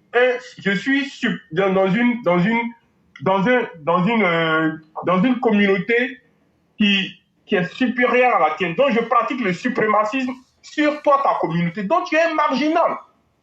Tu es un sous-homme. Tu n'es même pas un humain, tu es un sous-homme. Il n'y a que nous qui le sommes. Vous voyez, et voilà pourquoi il a échoué. En plus de ça, il est arrogant. Et ça, c'est des caractères qu'un homme doit balayer en lui, quel que soit le poste que tu es là, que tu as, quelle que soit la puissance que tu as. Dis-toi que moi, je vais au petit coin. Et tant que tu te mets ça, tu te dis, moi, je vais au petit coin comme le pauvre, tu comprendras que l'autre, c'est toi. L'autre, c'est un Dieu qui est en face de toi. Tu n'es pas le seul Dieu. Parce que quand tu vois l'être humain, tu ne peux que dire Dieu merci parce que tu vois l'œuvre parfaite de Dieu. En gros, c'est pour dire, essayons d'avoir cette qualité-là du président Ouattara. Parce que tout commence par, en Côte d'Ivoire là, tout commence par Alassane, tout finit par le président Ouattara. C'est comme ça. Ceux qui ne veulent pas, c'est pas grave. Mais nous là, nous on est dedans. Parce qu'on a compris en l'homme depuis qu'il est arrivé, et c'est lui qui était le meilleur, c'est lui qui montre le chemin à suivre. C'est un prophète des temps modernes. Rappelez-vous. Merci beaucoup, mon grand-oncle. Merci à chacun et à chacune. Merci pour ces belles leçons de vie. Aujourd'hui, c'était le 16 janvier 2025. Merci à ceux qui ont eu la chance de nous suivre. Merci au roi Chaka Zulu qui anime de belle manière la plateforme YouTube avec toute sa communauté, la plateforme EPV. Merci à tous les EPV sur YouTube. Merci pour vos commentaires. Merci pour le fait de beaucoup suivre l'émission sur YouTube. Merci à vous tous. Et tous ceux qui veulent participer, c'est simple. Vous créez un compte Facebook. Et dans le compte Facebook, vous avez ce qu'on appelle le Messenger comme un téléphone. À partir de là-bas, vous envoyez un message à éclaireur en un mot, pro-vérité en un mot et puis bis, B-I-S en un mot. Vous dites, je souhaite prendre la parole. Et lorsque je réponds, la ligne est débloquée. Vous pouvez vous exprimer. Merci à vous. Merci à MDG. Merci à Mère Salé Kone. Merci à Mère Djeneba Fofana. Merci au grand maître. C'était la voix du militant de ce jour. Merci à tous ceux, toutes celles qui nous ont suivis. Merci à tous les Chao et à toutes les Mao. Demain, on se retrouve pour une séance d'analyse politique et intellectuelle. Merci à chacun. Excellente soirée. Merci. Merci beaucoup. Bonne journée à tous. Au revoir. Merci beaucoup. Au revoir demain. Merci beaucoup. Et donc, ne suivez pas les faux modèles. Comme disait le Christ, ne suivez pas les faux prophètes parce que ils se mettront dans de faux apparats. Ils se mettront dans de fausses apparences pour vous tromper. Et quand ils sont en politique, ils deviennent des panafricanistes quand ils perdent le pouvoir pour vous tromper, comme Laurent Gbagbo. Cet homme vient de lâcher une bombe, des révélations 40 fois supérieures à la cassette Mairie, dit-il. Robert Bourgi a effectivement tout balancé, tout ce qu'il sait sur 25 ans de pratiques occultes entre la France et l'Afrique, au cœur desquelles reviennent deux noms, Chirac et Villepin. Il s'est confié au journal du dimanche. Il n'y avait jamais moins de 5 millions de francs, cela pouvait aller jusqu'à 15 millions. Je me souviens de la première remise de fonds en présence de Villepin. L'argent venait du maréchal Mobutu, président du Zaïre, c'était en 1995. Il m'avait confié 10 millions de francs que Jacques Foccart est allé remettre à Chirac. Foccart, l'ex-secrétaire général de l'Élysée du général de Gaulle, chargé des affaires africaines, va tout apprendre à Bourgi, alias M. Chambertin. Il reprendra le flambeau à sa mort. Dominique de Villepin est un ami de longue date. Après l'élection de Jacques Chirac, leurs relations se dégradent, mais les valises d'argent poursuivent leur va-et-vient, notamment lors de la campagne présidentielle de 2002. D'après Bourgi, 5 chefs d'État africains, dont Laurent Gbagbo et Omar Bongo, auraient été très généreux avec Mamadou, le nom de code de Villepin. Pendant des années, des liasses de billets auraient été acheminées, cachées dans des coffres de voitures ou dans des tambours africains.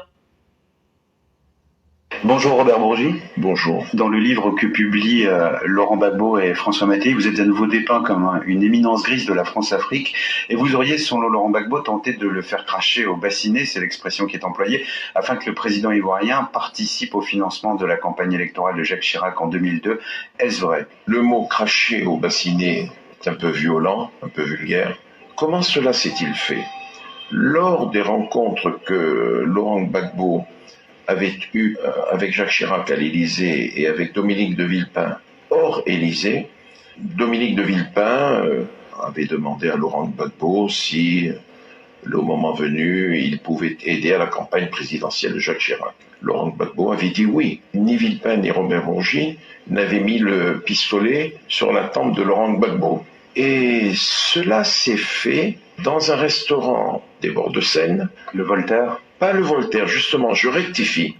Cela s'est fait au restaurant La Pérouse. Et c'est là que Dominique de Villepin, assisté de moi, avait dit à Laurent, bon voilà, Laurent, nous allons vers une campagne présidentielle 2002, mais il est de tradition que les chefs d'État africains aident les partis politiques français. Là, nous sommes au pouvoir. Est-ce qu'éventuellement, tu pourrais nous donner un coup de main?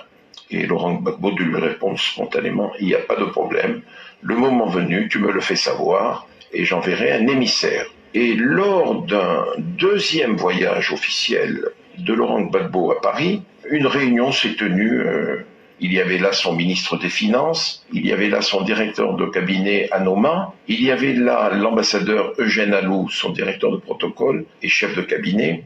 Ils avaient réuni la somme de 3 millions de dollars. Donc Gbagbo a participé à hauteur de 3 millions de dollars au financement de la campagne électorale de Jacques Chirac en 2002. Absolument. Gbagbo ne fait que confirmer ce que j'avais dit en septembre 2011 et la planète médiatique m'était tombée dessus. Je n'ai jamais transporté de valise, je le répète, j'accompagnais des émissaires. Et c'est Eugène Alou, directeur du protocole présidentiel, qui a remis cette somme à Dominique de Villepin. Je confirme. Méfiez-vous des faux prophètes, car ils viendront à vous sous de fausses apparences pour vous conduire dans l'égarement. Et Laurent Gbagbo en est un. Merci à tous. Excellente soirée.